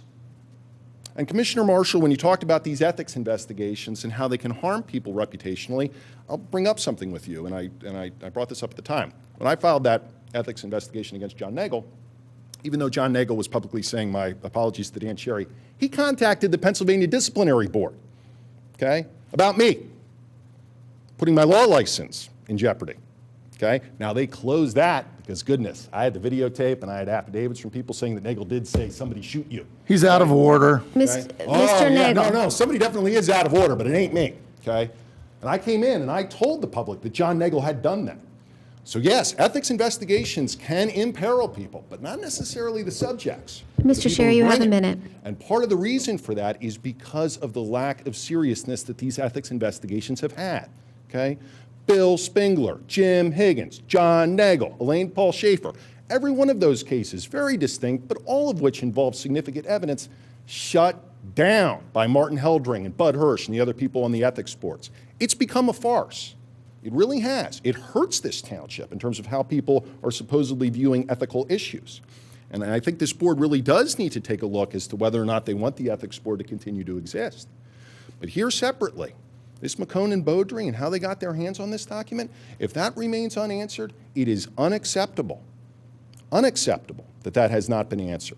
There are countless ways that that information could be obtained or discerned, and if it is true that you don't know, you have a long talk that you need to have with your, at minimum, your solicitor. Thanks. Thank you, Mr. Sherry. Any additional public comment? Okay. And then I'm going to go ahead and call the vote. On the motion to approve the release of the report on the McCone ethics complaint, all those in favor, please indicate by saying aye. Aye. All those opposed? Okay, motion passes 6-0 with 1 abstention. That will be posted tomorrow morning on the Township website, correct, Mr. Rice? Yes. Okay. It will be posted tomorrow morning. Okay, next, Parks and Recreation. Discussion regarding smoking ban in township parks. Commissioner Abel. Yep. Thank you, Commissioner Borowski. This is a quick discussion, really brought forward after receiving a couple emails from residents expressing concern with smoking at our public parks. One in particular where the mother was reluctant to let her child go to the skate park right around the corner here because, as she mentioned, there were numerous people skating there who were also smoking, and she didn't want her teenage child around that atmosphere, around in that environment. So, you know, after having a few talks, not only with residents but with staff, to me, I believe we promote our parks as family friendly, and we want our kids out there to enjoy a healthy lifestyle. I find it strange that over the last couple of days, when there's snow on the ground, and I want to go out and kick the soccer ball around with the kids, I can't go to the tennis courts by our neighborhood and kick the soccer ball in the tennis courts because there's a sign that says, "Do not kick soccer balls." Yet I could go down there and smoke a pack of cigarettes with the kids around. So I just think that there needs to be a discussion on how we want our parks, what we want to have our parks be like. And my recommendation would be that we forward this discussion to the Board of Health and to Parks and Rec, where they can look into the issue. They can have a further discussion. They can look at towns that have considered similar issues, and talk about other items. Do we look at other things besides just smoking? Do we look at chewing tobacco? Do we look at vaping? I think they're the right committees to have that discussion and then bring their recommendations back, and then we can talk about it as a board and look at a way to move forward. I agree that it should be with the Parks Board. There are arbiters, if you will. Also, they're always looking at opportunities to improve the park, so this fits into that category very nicely. Thanks for bringing it up, Jake. Thank you, John. I would prefer if you called it a tobacco ban, not a smoking ban. I think it's more encompassing. I don't think that vaping should encompass vaping, should encompass chewing tobacco. I think there's nothing more disgusting than seeing someone's spit, I guess, on the ground. So I would prefer if it was just tobacco as a whole, and that also sends a message of health. Well, again, the intent is to push this to the committees, let them discuss, and if they think it's appropriate, and they'll bring that recommendation back, and then we decide if we agree with their recommendation or not. So you're saying don't specify tobacco or smoking, let them come up with that, even that broad definition? Yes. I'm in favor of having it go to those committees. I'm old enough to remember when Radnor High School used to let us smoke behind the cafeteria, which I didn't smoke, but there was a time, believe it or not, when you could smoke right outside the Radnor High School cafeteria, which in hindsight was probably not a good idea. Right, Mr. Schreiner? Probably not. I know. Well, it was going on at the time. Yeah. So I would suggest that Jake is forward-thinking here, and we should probably have some opinion given by the health boards.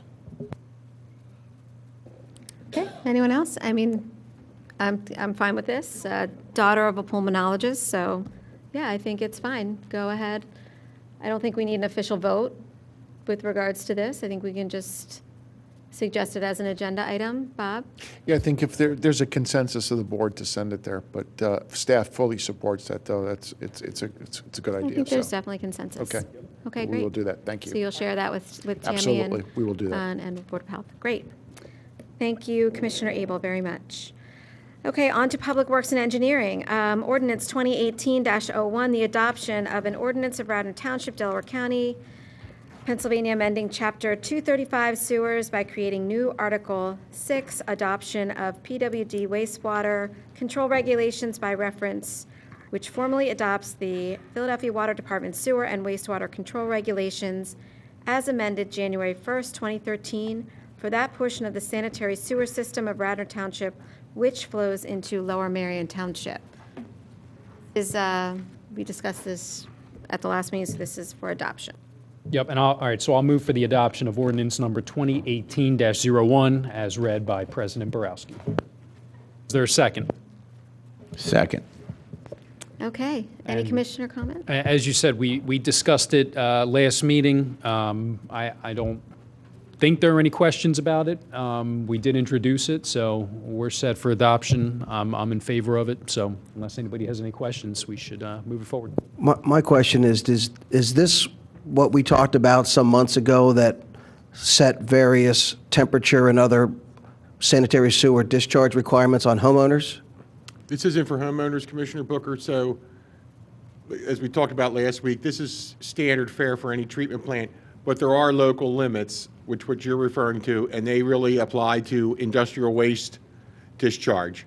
So if you had a business that was going to discharge industrial waste, you would get a permit, and that permit would eventually be through this treatment plant, and then those local limits on temperature, limits of chemicals, elements, et cetera, are part of that. But this really has no bearing in reality on our homeowner, other than you shouldn't dump X chemicals into the system. All right, so that's my question. Are homeowners going to be saddled with new discharge requirements, knowing that nobody monitors what they discharge? So knowing that, are we likely to have people out of compliance with these new regulations because they are not monitoring it as a standard a typical homeowner? So I can't speak to what somebody might discharge in their sewer, but in reality, we have fallen under this for years anyway. I don't see any consequence to our homeowners, our residents. This really affects businesses that discharge industrial waste, but it would affect if somebody were to dump some very deleterious chemical into the system, conceivably, but we don't monitor this. We'd have no way to monitor all these homes. Right, and I guess the last time I remember, and you couldn't discharge anything over 140 degrees. Yeah, and Is that in this? there is a temperature limit in here. I don't recall what it is, but again, Because homeowners will oftentimes discharge more than 140-degree water into the sewer. could be from a dishwasher, hot tub, but again, we're not monitoring this in any way from any home. All right, I'm going to abstain because I missed the last meeting. Okay. All right, is there any additional staff or commissioner comment? Staff comment? Okay, public comment. All right, then I am going to go ahead and call the vote on ordinance 2018-01, adoption of the said ordinance amending chapter 235 and creating new Article 6 for the adoption of PWD wastewater control regulations by reference to formally adopt wastewater control regulations amended January 1st, 2013. So all those in favor, please indicate by saying aye. Aye. Aye. All those opposed?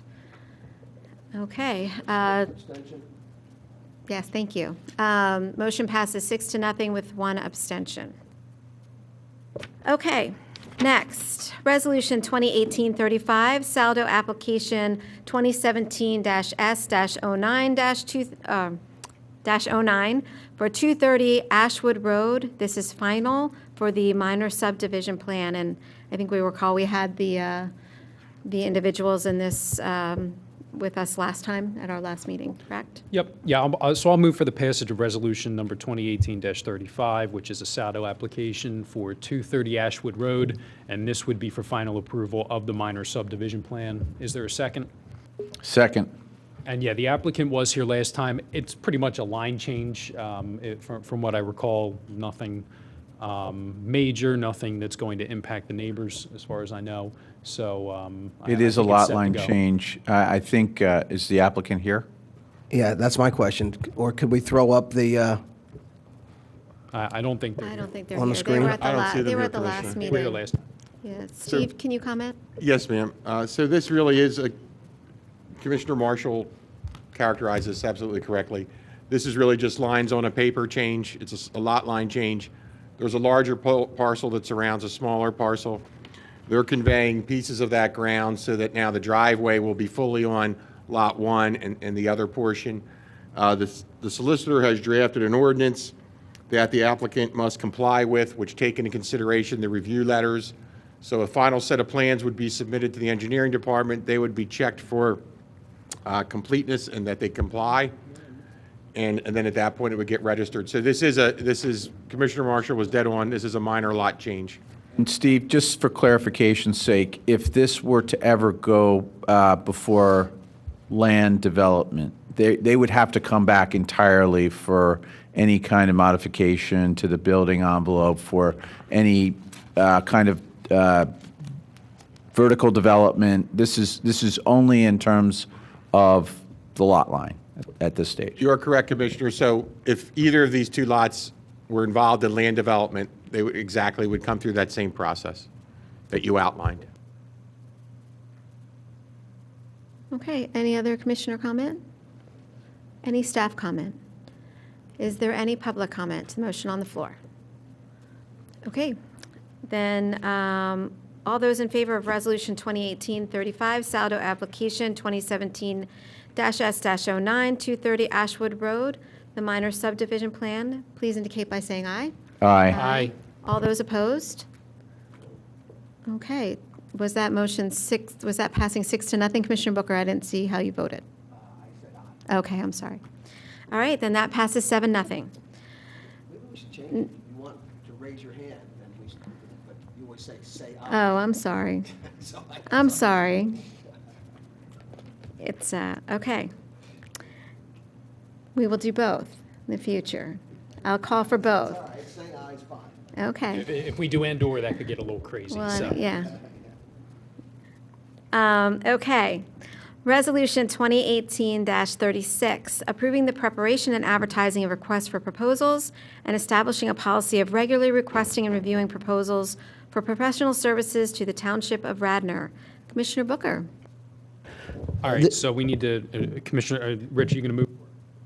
I move Resolution 2018-36, approving the preparation and advertising of requests for proposals and establishing a policy of regularly requesting and reviewing proposals for professional services to the Township of Radnor. I'll second it. This is a resolution that would request proposals for professional services and establish a policy of regularly doing so and every 3 years. Okay, so I think this is fine. I mean, I don't disagree with the premise of this. I just have a couple questions. So you specifically outline several different, I guess, types of services. Right, professional services. Professional services, Which are yes. typically not subject to competitive bidding requirements under Pennsylvania statute. Okay. So are these the only services that we would ever utilize? Is it restrictive to to specifically list these, or do we need to list more? It says including but not limited to. Those are the specific ones that are listed, but it's including but not limited to. Professional services are generally excluding from the competitive bidding requirements of Pennsylvania statute, and this brings in our own policy of regularly reviewing our prices and services and ensuring that we're optimizing performance of our professional service providers to the Board of Commissioners and to the Township of Radnor. Lisa, I think that's a good question, though, because I had requested, when I saw this, a inclusion for emergency services and potentially tree clearing services, as we talked about earlier. So I'm a little confused. Why are we listing, I guess there's 4 or 5 of these specific services? Would we have an opportunity to amend this? Well, I would say that, and so Bob, we do have a tree service person for emergency services for trees. I thought, well, you mentioned it in an email over the weekend. Correct. And my view was that would be subject to competitive bidding. The professional services are not subject to competitive bidding, and that's the difference. That's the only difference. Correct. Okay. And so my only other concern with this is that it sounds good in theory, but in practice, who's going to be responsible for drafting these RFPs? Because I will tell you, I've been exchanging comments with Stephen Orsini over the weekend. There's a lot of work and a lot of time that goes into drafting these. And I think it would be incumbent upon us not to just lay this on the staff. We should help them potentially with some kind of professional who's doing grant writing or some other professional writer who can get these RFPs out. Well, I delegate. This delegates the authority to the township manager to handle it, and I don't think it would prohibit him from hiring anybody to do it if he needed to.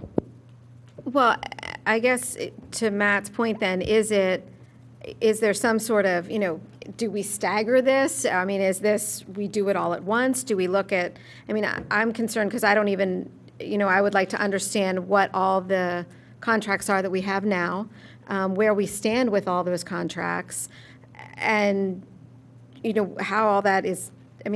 As Commissioner Marshall says, this could be a voluminous amount of work. Certainly, I think it's work that's well worth undertaking, but I wonder if it's good to look at what we have now, see what we've just approved. Are we doing this all in one fell swoop? Can we stagger this out? Do we say we look at these ones this year, we look at the next and the next fiscal year? I also have concern around what's in the 3rd paragraph where it says to provide more cost-effective or otherwise better or enhanced professional services, but then in the next breath it says at the same or lower cost. So what if cost-effective or otherwise better is not same or lower cost? I'm just wondering if that's contradictory, and do we need to better clarify that? I don't think it's contradictory. Do we want it to be low cost? The Do we want it concept. to be better service? The concept is that we would have better service at the same or lower cost. So that is the theory. So while it doesn't prohibit it, I doubt you would want to go with somebody at a higher cost, but that would be at the pleasure of the board. So here's what I spoke to the manager about today. So my concern is that everybody has a level playing field. So if we approve this, then we give some time frame by which we institute the RFP. And I think, Lisa, your question about what takes priority, I think you go back to the legacy contracts and see when they were made effective. And I think it's, whichever ones are the lengthiest, maybe we start looking at those first and put some prioritization. Well, I think the intent was the 4 that are listed on there would be the ones you start with, and that would be how you would do it, and those are all long-term. But my point is making sure that the incumbent has as much of an opportunity to rebid and reprice or even adjust their services to make it competitive with whomever else is bidding for those same services. I think everyone would agree with that. This is really apple pie motherhood and what we've been doing on the 8 years I've been on the board. We've bid out engineering at least 3 times. We've actually fired an engineering firm. We've bid out the law firm 2 or 3 times, I think 3 now. So it's a practice and a good one. And if we just want to formalize it, I have no problem with that. I would recommend that we make it part of the budget process. That when we start in August, September with budgeting, that's when we look at reevaluating all the long-term contracts. And again, some cycle, 2 years, 3 years, whichever is appropriate. Again, though, we've been doing this. We are required to do it for our auditors. And we have done that also. My experience did you on write this, Rich, or did this come from John? My experience on the board is this: we've never bid any of the ones specified on here. Well, then you haven't been paying attention, Mr. I Booker. have been paying it very acute attention for the last 5 years. 4 years and 2 months. Gentlemen. Is there a motion? 4 years and 2 months. Is there a Gentlemen. motion on the board? I'm sorry. Is there a motion on the table right now? Yeah. But it's been moved and seconded, Yes. Resolution 2018-36. So the only thing I would add was I really don't think, first of all, it's going to be consistent and evenly executed unless we have a professional assist the staff with the writing. I just don't think it would be like telling you, Rich, we have another 10 hours to put, in your week and just get it done next week. I don't think that's fair. I think we have to have some ability for the staff to come back to us with some plan, whether they go outside to get a grant writer or somebody who's a professional drafter of these types of RFPs. And then secondly, I think that it is also incumbent upon us to have a time frame by which these proposals are solicited, because we could put this into a black box and certainly not talk about it for the time that I'm left on the board, but you guys might not talk about it again until next year, unless there's some time frame established for putting this in place.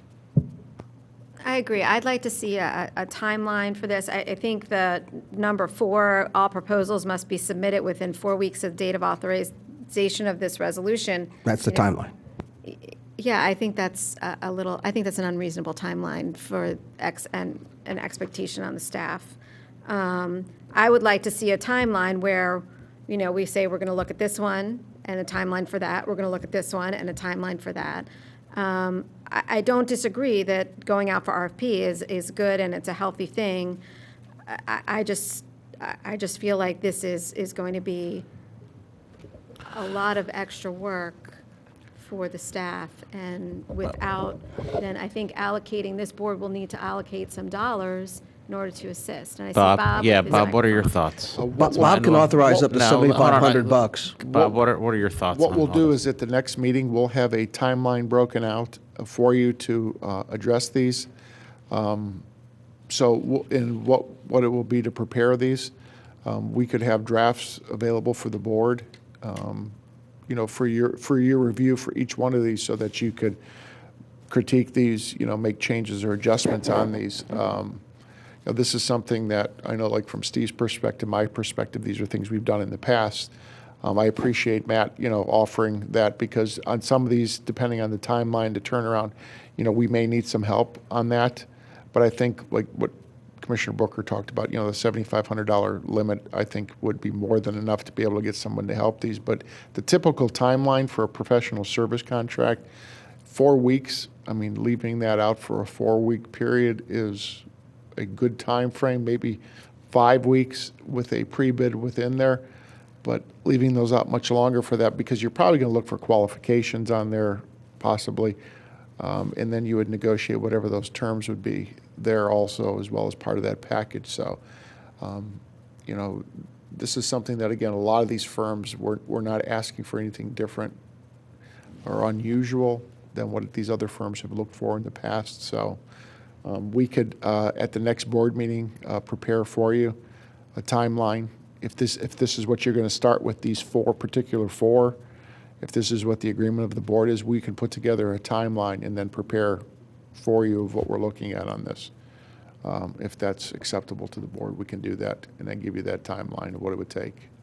And that's fine. So, but I just go back to this number 4 here. All proposals must be submitted within 4 weeks. Is that the RFPs must be submitted? Is it the proposals come back to us in 4 weeks? I'm concerned about that and what that means exactly.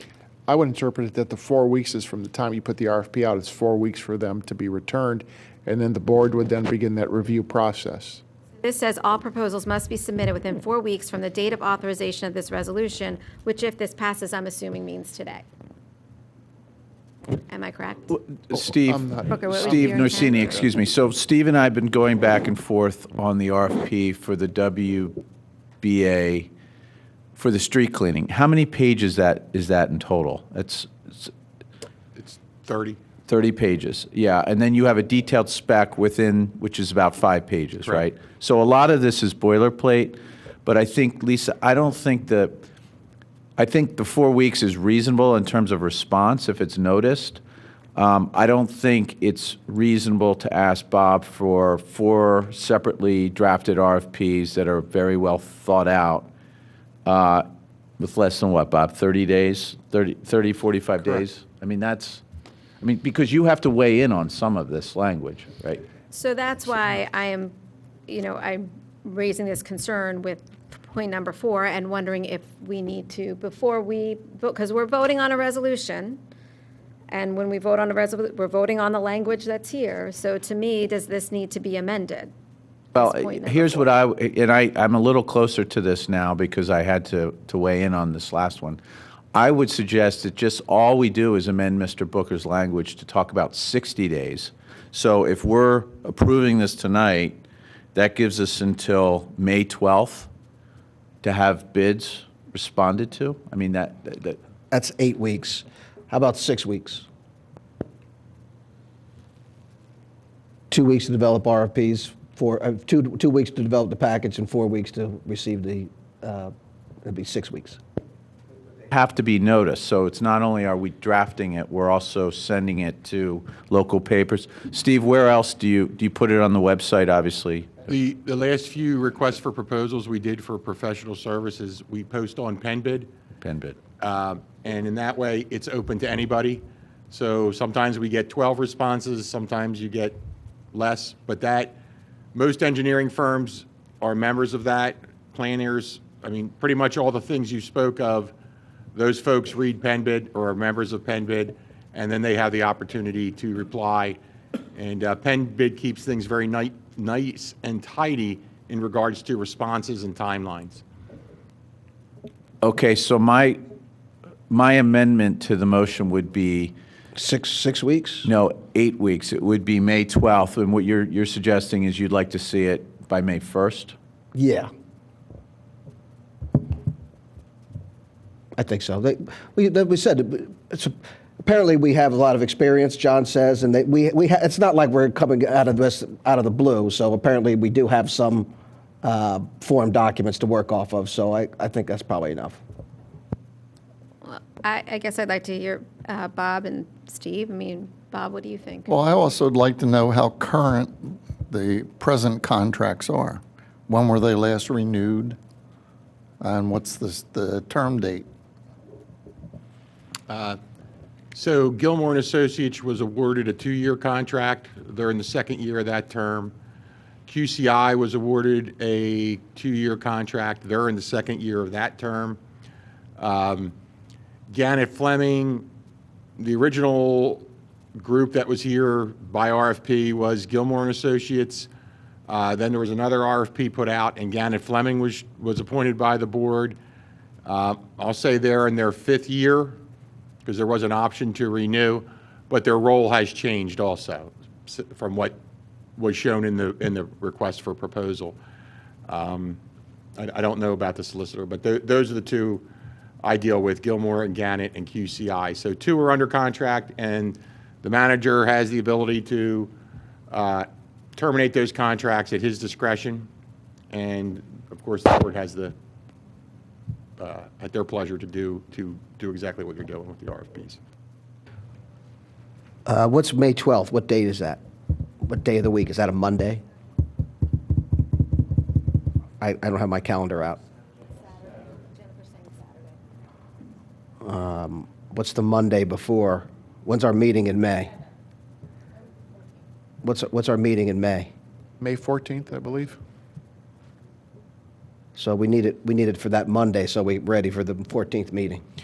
Yeah, and that includes review by all of us. You have to read these, and you have to make sure the scope of services are consistent with what the board wants. That seems reasonable. So 8 weeks? I would say, but the Monday prior to the 14th, which would be the 7th. As I mentioned earlier, I think this should be done in accord with the budget cycle. There is no rush to do this now. And the other thing is, do we, as a board, we want to really get into reviewing all these contracts? All these proposals? That's why I was suggested maybe more of a staggered, we can do one, then get that one done, then do another. I think John's point was, we're not going to pick over an RFP prepared for professional services, not staggering them. It's really kind of an administrative issue. We would go through the proposals.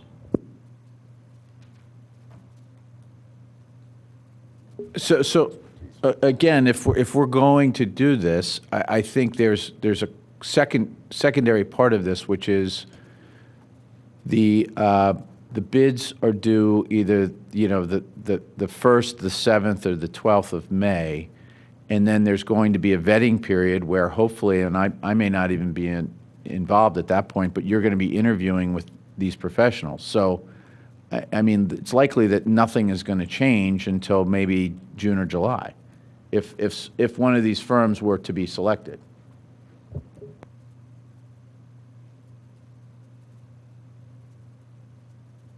Okay. So are we putting a motion on the floor to change the time to 8 weeks? Are we putting going to amend the resolution? An amendment for 60 days. I move we amend the timeline to reflect 60 days from tonight, which would be, well, let's make it May 11th, which is a Friday. Bids due 5 p.m. Eastern Time, May 11th, 2018. Okay. I'll second that. Okay. Any discussion to the amendment on the floor? Any staff comment? Any public comment to the amendment currently on the floor? Yes, just for clarification, so as I understood it, it's paragraph 4, numerical paragraph 4, that Commissioner Marshall, you're proposing that all proposals must be submitted within 4 weeks from the date of authorization of this resolution. You would like that changed to within 60 days? Just do I understand it specifically? Correct. The other thing I would just state then, if you're in the process of amending this, and I disagree with the assertions about staggering, that's strange. The paragraph 6 states that it is the policy of the Board of Commissioners that requests for proposals for professional services as provided herein shall be made and accepted for review every 3-year period from the date hereof. I don't know if that hinges on paragraph 4, that if that's going to be sort of your start date for 3 years thereafter, you might want to consider clarifying that. That would be the only other thing I would state, but I would state that it is as a good rule to be having all of these professional services, as Commissioner Booker pointed out, are not subject necessarily to bidding, that you do that sort of as a block. That way, whenever you're staggering, sometimes things can get lost in the shuffle. It would also state that it is somewhat unusual that John Nagel is claiming that you've really been doing this all along for the past 8 years. I have not noted that. What I will say is that for the past 8 years, this board had a majority on it that is somewhat different than the current majority on there, so perhaps Mr. Nagel is feeling a little defensive. But the experience is similar to Commissioner Booker. These are based on comments that were stated from this dais with respect to this motion. Okay, I'm talking about the history. There's nothing out of bounds about that. Please do not interrupt just because you don't like the way the conversation is headed, Commissioner Borowski. Okay, the idea that this should be formalized, I think that really cannot be assailed. Okay, and I congratulate the board for finally taking the process of formalizing this. It has gone on too long when that hasn't happened. And I was also happy to hear tonight, in response to an inquiry posed by Fari, that really it only takes about 2 weeks. At least that's what I heard from Robert Zinkowski, that they have experience doing this. So there's nothing novel about this in terms of the process. It just hasn't been done here, contrary to what John Nagel, who's now mumbling up here, was asserting to the public. Thanks. I was just questioning your previous comment where you said we've never done it, but then you just said Bob Zinkowski said we have experience. Experience in terms of RFP. Okay, the issue that somehow that you were doing this all the time and you were using apple pie, Commissioner Nagel. I don't know how you bake. That this is something that's just always been done. What I'm saying, that has not been my experience. It certainly hasn't been my experience when it comes to legal services. In fact, I've been fairly upset that we have not been continuously. Are you wanting to say something, Commissioner Borowski? Your red light is on. That's going to make Commissioner Fari very excited based on his Facebook proposals. No interruption? Okay. The idea for, though, that bidding for legal representation, and that should be done with some regularity, is quite important, so we don't end up with.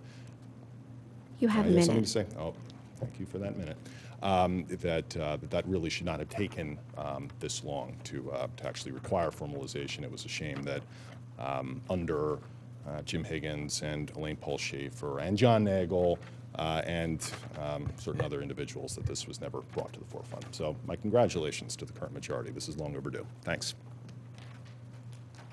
Any other additional public comment?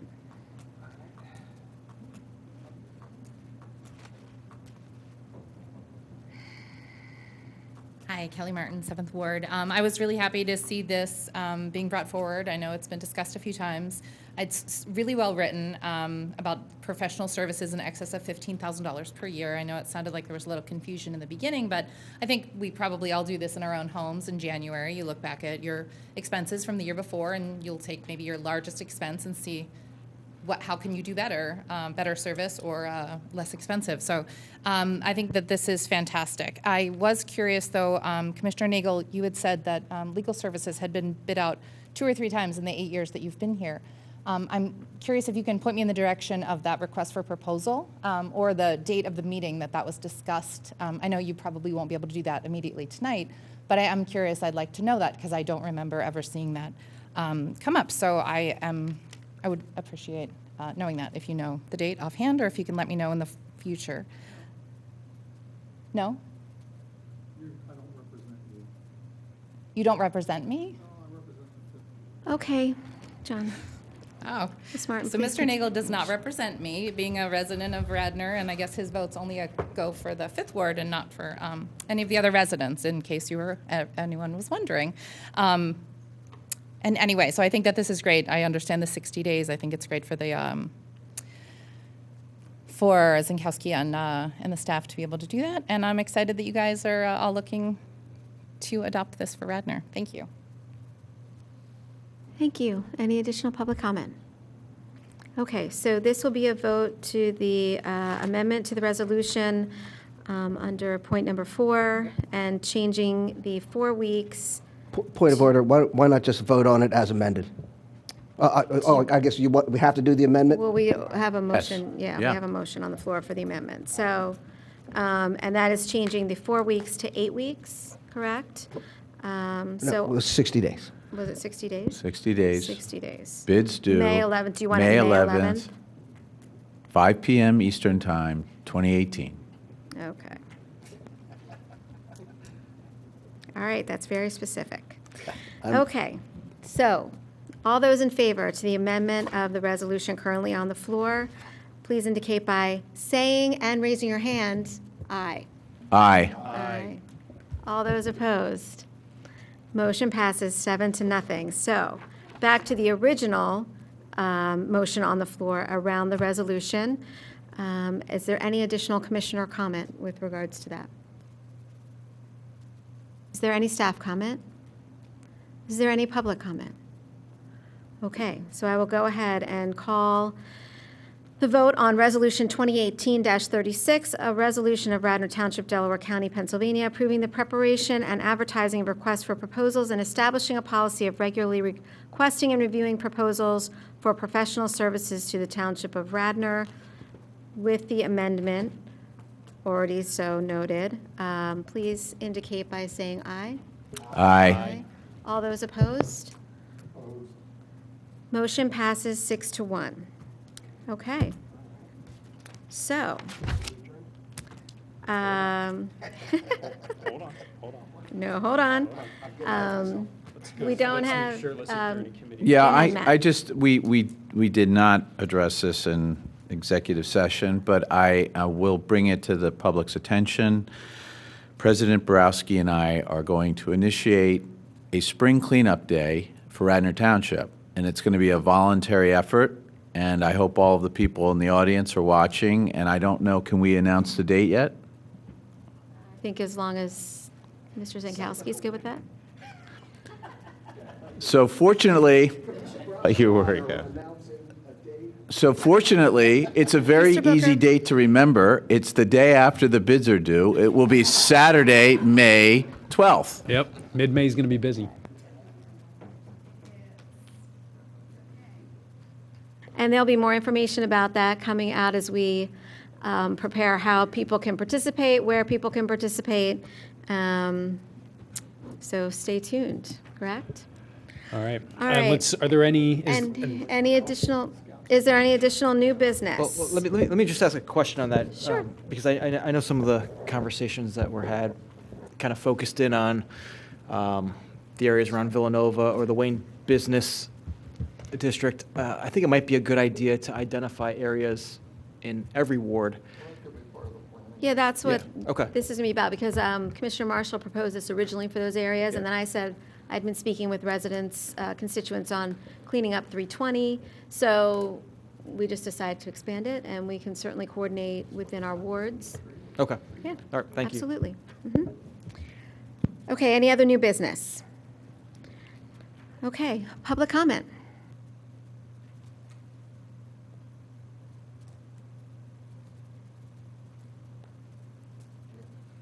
Jim Gigrich, St. David's. Name. Back in October, I believe it was, former Commissioner Curley proposed that that the township would accept proposals for work on or proposals for checking on the status of the North Wayne Basin, the North Wayne Field Detention Basin. A proposal was made that they would get, I believe it was T&M Associates up in Bethlehem, to come in and evaluate the status of the existing basin, including the amount of sediment that it's collected over the years since it was constructed around 1998. Also, what the current detention capacity is and the discharge capacity, what it would cost to restore it to its original capacity and what that capacity would be. The work was initially proposed to be done in November or December. I tried contacting T&M to see if I could find out what they determined, because I could not get a response from either Steve Norsini nor Bob Zinkowski. I understand that T&M cannot just give out information to the public without their consent, but T&M evidently suggested that Steve Norsini at least get in touch with me, because I have a proposal that I submitted to Bob Zinkowski for an auxiliary detention basin for North Wayne Field. Having that information is critical to any design calculations, and Mr. Norsini has obviously left the meeting for Norsini, he's back in the room. Okay, Steve, can you tell me what the status of the report from T&M Associates in Bethlehem is regarding the North Wayne Detention Basin? So Mr. Gingrich, the contract that I wrote for that had a testing requirement of the soil that had to be removed, because if the soil is deemed clean fill, the contract to remove it will be much less than if it was deemed certain levels of contamination. So right now, for a clarification of what you just said. yes, sir. So T&M was awarded a contract for the design and permitting of the cleaning and repairing of the North Wayne Field Basin. As part of that contract that they had, I had a clause in there that they had to do testing of the soil that would be cleaned from the pipes in the North Wayne Field Basin. If that soil is deemed clean fill, the contractor can dispose of it like dirt from any other job. If it had one or two other classifications where there were, certain contaminants, it would take us in a different direction in permitting. I literally found out yesterday that the soil was deemed clean fill from the testing. So they're done that portion of the job. So now they're going to design basically how the contractor gets in, cleans that out, and makes the pipe repair. So we're into it. I would hope to be before the board at the meeting after next with the request to receive sealed bids for that work. So to date, we don't have any idea what the eventual detention capacity will be for that field. It'll be back to the original design capacity. Nobody seems to have known what the original design capacity was. We do from the plans. It's the volume of the 10 rows of 48-inch diameter corrugated metal pipe plus the manifold. That would be storage. There is infiltration in the fact that the pipes are perforated, but we don't have... I would beg to differ with you. The pipes may be part of the storage. The area above the pipes, which will be basically becomes a lake, that is also part of the storage. And that was part of their calculations. So you have the underground storage, which had some infiltration rate, which I've never been able to find in the report. Mm-hmm. What you see above ground is basically the overflow from the system, and then there's a weir, if you will. There's an emergency spillway on the south side by the tracks. So if the pipes fill up, some of that goes into that basin, which you noted, and then it goes over the spillway. We do have those calculations. We have the capacity. But there's a considerable volume capacity. Mr. Gingrich? After the pipes fill up, before you hit the spillway level. Mr. Gingrich? So perhaps, Mr. Gingrich, perhaps you and Mr. I'm sorry, I don't mean to interrupt. Wait a second. One other thing. In this room, your voices do not transmit to the back of the room. It's awfully difficult to hear you. Okay. Even standing here, it's difficult to hear you. I'm sorry, I will speak up. But Mr. Gingrich, so your time is up. I'm wondering if perhaps you and Mr. Norsini could take this discussion offline so that we can allow some of the other people to come up for public comment now. Would you mind? Because it seems like you have some very... I think you just said I've used up 5 minutes, but I'm not sure. I'm sorry. I'm sorry. My hearing isn't what it was when I I was 18. apologize. Okay, I will speak up. So yes, and I'm wondering if you and Mr. Norsini could take this conversation maybe offline so that we can allow others to come up and speak, because you seem to have some very specific Are there other questions. issues for us, Jim, for the board? Is there Yeah. anything for the board? One other quick thing. Okay. Back in August or September, Commissioner Curley authorized that Mr. Zinkowski could accept bids up to $50,000 for design for a system to alleviate a lot of to alleviate, quote, the flooding from the North Waynfield Basin. I have submitted a preliminary design to Mr. Zinkowski because I won't give the full design, but I would like to know what the status of that will be. With that, I bid you adieu. Thank you kindly. Thank you. I will speak up, I promise. I apologize. And please get an amplifier system I for this know. room. We need to discuss Okay. that. We had Good that on night. an agenda. Thank you, Mr. Gingrich. Good evening. Sarah Pilling, 29 Garrett Avenue. I understand that big old trees are a problem. But there are two things going on. The first is that was an extremely unusual storm. We normally do not get 50-mile-an-hour winds. And the ground had previously been totally thawed and was very wet. So if you noticed, I was informed the number. Haverford College lost 12 trees. Every single one of them was a conifer. So this is one issue, is this was an extremely unusual storm. The fact that New England's getting their third northeaster in a week is very different. It also is a precursor of what's going to happen with climate change. The other piece of it is, I believe people need to understand that trees often need pruning.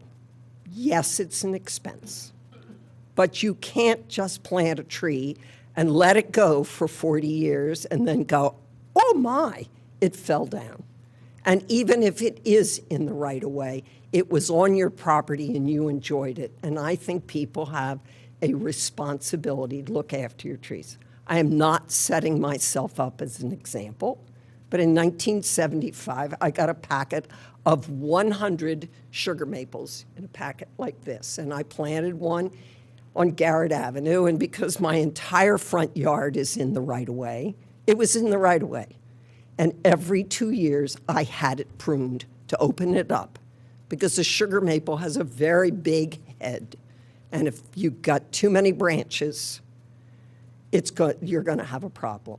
Finally, I had to have it taken down because it died because of climate change. Sugar maples should not be grown in this area. So I think there does need to be a discussion, but I think the residents who enjoy the shade of their trees have a responsibility to look after it. And the other piece I want to make is one of the advantages that Radnor Township has in this era of climate change is we have a mature canopy of trees, which provides shade, it moderates the temperature and the humidity, and is helping with carbon sequestration. So I think we need to be very careful what trees we take down, and yes, we should be planting trees for the next generation. Thank you. Thank you. Any additional comment?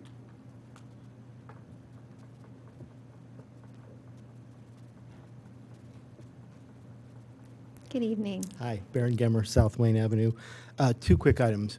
One is, and I briefly spoke with John Nagel, who's in the back of the room, is it possible to expand the scope of the referral you're doing to the Board of Health as well as to the Parks and Recs, although it's really more Board of Health? Also about some of the sidewalks in the township, particularly like North Wayne Avenue, smoking. That's a gauntlet outside the restaurants, particularly in the winter. And then in the spring and fall, you can't keep those vendors can't keep their doors open because of all the smoking that goes on outside there. I'm not going to claim to know state laws or what that might preempt, but is that something they could also discuss in addition to the parks? don't see why not.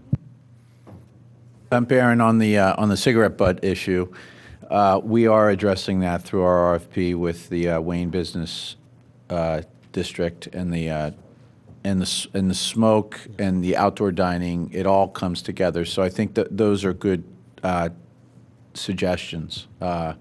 And hopefully by May or June of this year, you're going to start to see a lot different aesthetic on North Wayne Avenue if we get this streetscape and cleaning project in force. Thank But you I for don't that. see why they can't address that. So, Bob, can you add that to the? Absolutely. Great, thank you. And speaking of Bob, my second point, I wanted to kind of pile on from the beginning about the response during not only this storm, but the past storms. But I want to put it in the context of, let's say, 10 years ago, where we always had great public works snow plowing. You know, they would remove the branches as appropriate. What we didn't have 10 years ago is the residents were pretty much left on their own before Bob and his new staff came in. And the communications that were put in with the notices through texts or phone calls, as well as on the website, which you said you have, either retweeted or put on Facebook, and also offering services here in the township, the warming station, recharging stations, none of that existed 10 years ago. And so while things got done and you could drive around, you basically felt like you're on your own. And so kudos to Bob and his staff and everyone for bringing that change around. Wait, Thank you, we're off the, okay, all right. Somebody took us off the air. As far as the smoking, I mean, people like to smoke from time to time. I mean, so what are we going to have? Like, you're not allowed to smoke in Radnor unless it's in your house? I think that's a little over the top. Well, that's right. Let's get Let the them- input and we'll see where it goes. Yeah. Any additional public comment? Marlboro's fun to have sometimes. Filtered or unfiltered? Either. Fair enough. Dan Sherry, Wayne. About 15 minutes ago, we have a resident, Kelly Martin, asks John Nagel a direct question based upon an example that John Nagel brought up immediately prior in a public meeting. Can you provide some information? John Nagel's response was, no, you have your own representative. Let's talk about this real quickly. First and foremost, the commissioners only have power as a board. So the idea that John Nagel would say, well, you should defer that to your own representative is interesting in and of itself. Second of all, Ms. Martin has made pretty clear where she resides, which is the 7th Ward. Okay? 7th Ward did not vote in terms of its current representative. He was appointed. And there's only one person up on this dais who actually put him on the board, and that's Nagel. Nobody else here voted to put him on. Okay? And I was at a meeting last week where the appointed, Sean Farry, is ignorant that we actually have roads in Radnor Township with 15-mile-an-hour speed limit signs, which confused me given that I drive down west to get to my house and there's a 15-mile-an-hour speed limit sign right there. There's one on my street, thank you. Okay? There are 31 such roads, all of which apparently Commissioner Farry was ignorant of. So it doesn't really surprise me that Ms. Martin might not want to ask Sean Farry what John Nagel was talking about when John Nagel makes a comment at a public meeting. This is the same John Nagel, by the way, that voted, along with Elaine Paul Schaefer and Jim Higgins, to keep the former 7th Ward representative, Phil R., as BOC president, despite the fact that this board was reportedly briefed that Phil R. was being investigated criminally for possession of child pornography. So I dare say that the 7th Ward, in terms of where they pose their questions, has every right to be a little bit concerned about who the current representative is. But more importantly, again, when a commissioner has specifically themselves put an example out there in public for a rhetorical purpose, if he or she is then asked, could you expand on that? Can you clarify that? And the response is a frosty no, that the other members on this board should react to that in a way and say, hey, that's not appropriate. That doesn't foster a constructive dialogue. Nobody told John Nagel that he needed to bring up what had purportedly happened with legal representation and bidding in the past. He brought it up. And when a question is made from this lectern, can you expand on that? And it is a rude response from this dais, that's a reason why we have an entire board. It's not merely John Nagel, Township Mayor. Okay? React to that, please, in the future. Okay, that creates distance between the public and the board when in fact there should be a dialogue. Again, it's not like Ms. Martin asked John Nagel, hey, Mr. Nagel, explain Mr. Abel's comments. John Nagel, explain your own comments. This is not a really difficult bar to clear. I would hope that for the rest of the members on the board, including the unelected and regrettably not terribly honest Sean Mr. Shea, you Torrey, have that a minute, when please. somebody asks them a direct question about remarks they made, that you will be more forthcoming and less likely to just let that gloss over. It's not merely John Nagel being John Nagel, okay? Yes, he is intemperate. Yes, he has a history of being intemperate and saying problematic things. I think even tonight, Ms. Borowski, you kind of shushed him or told him to keep his comments in check. But that's not really a good substitute for this board as a whole rebuking Mr. Nagel or trying to get him to act with a modicum of professionalism. Thank you. Thank you, Mr. Sherry. Any additional public comment? Also, just as far as the bids, I looked at on the website and I could only find 2012 for Gannett Fleming. So I looked at it, I couldn't find it, and I did look, did a lot of searches, but it could be somewhere else. But I was going to make that response, and Dan's right. I should have made that response when Commissioner Nagel said that. Okay, thank you, Commissioner Booker. Any additional public comment? Okay, seeing none, can I get a motion to adjourn at 9:03? So moved. Second. Second, all those in favor? Aye. Aye. Good evening, thank you very much. You didn't want to do committee report?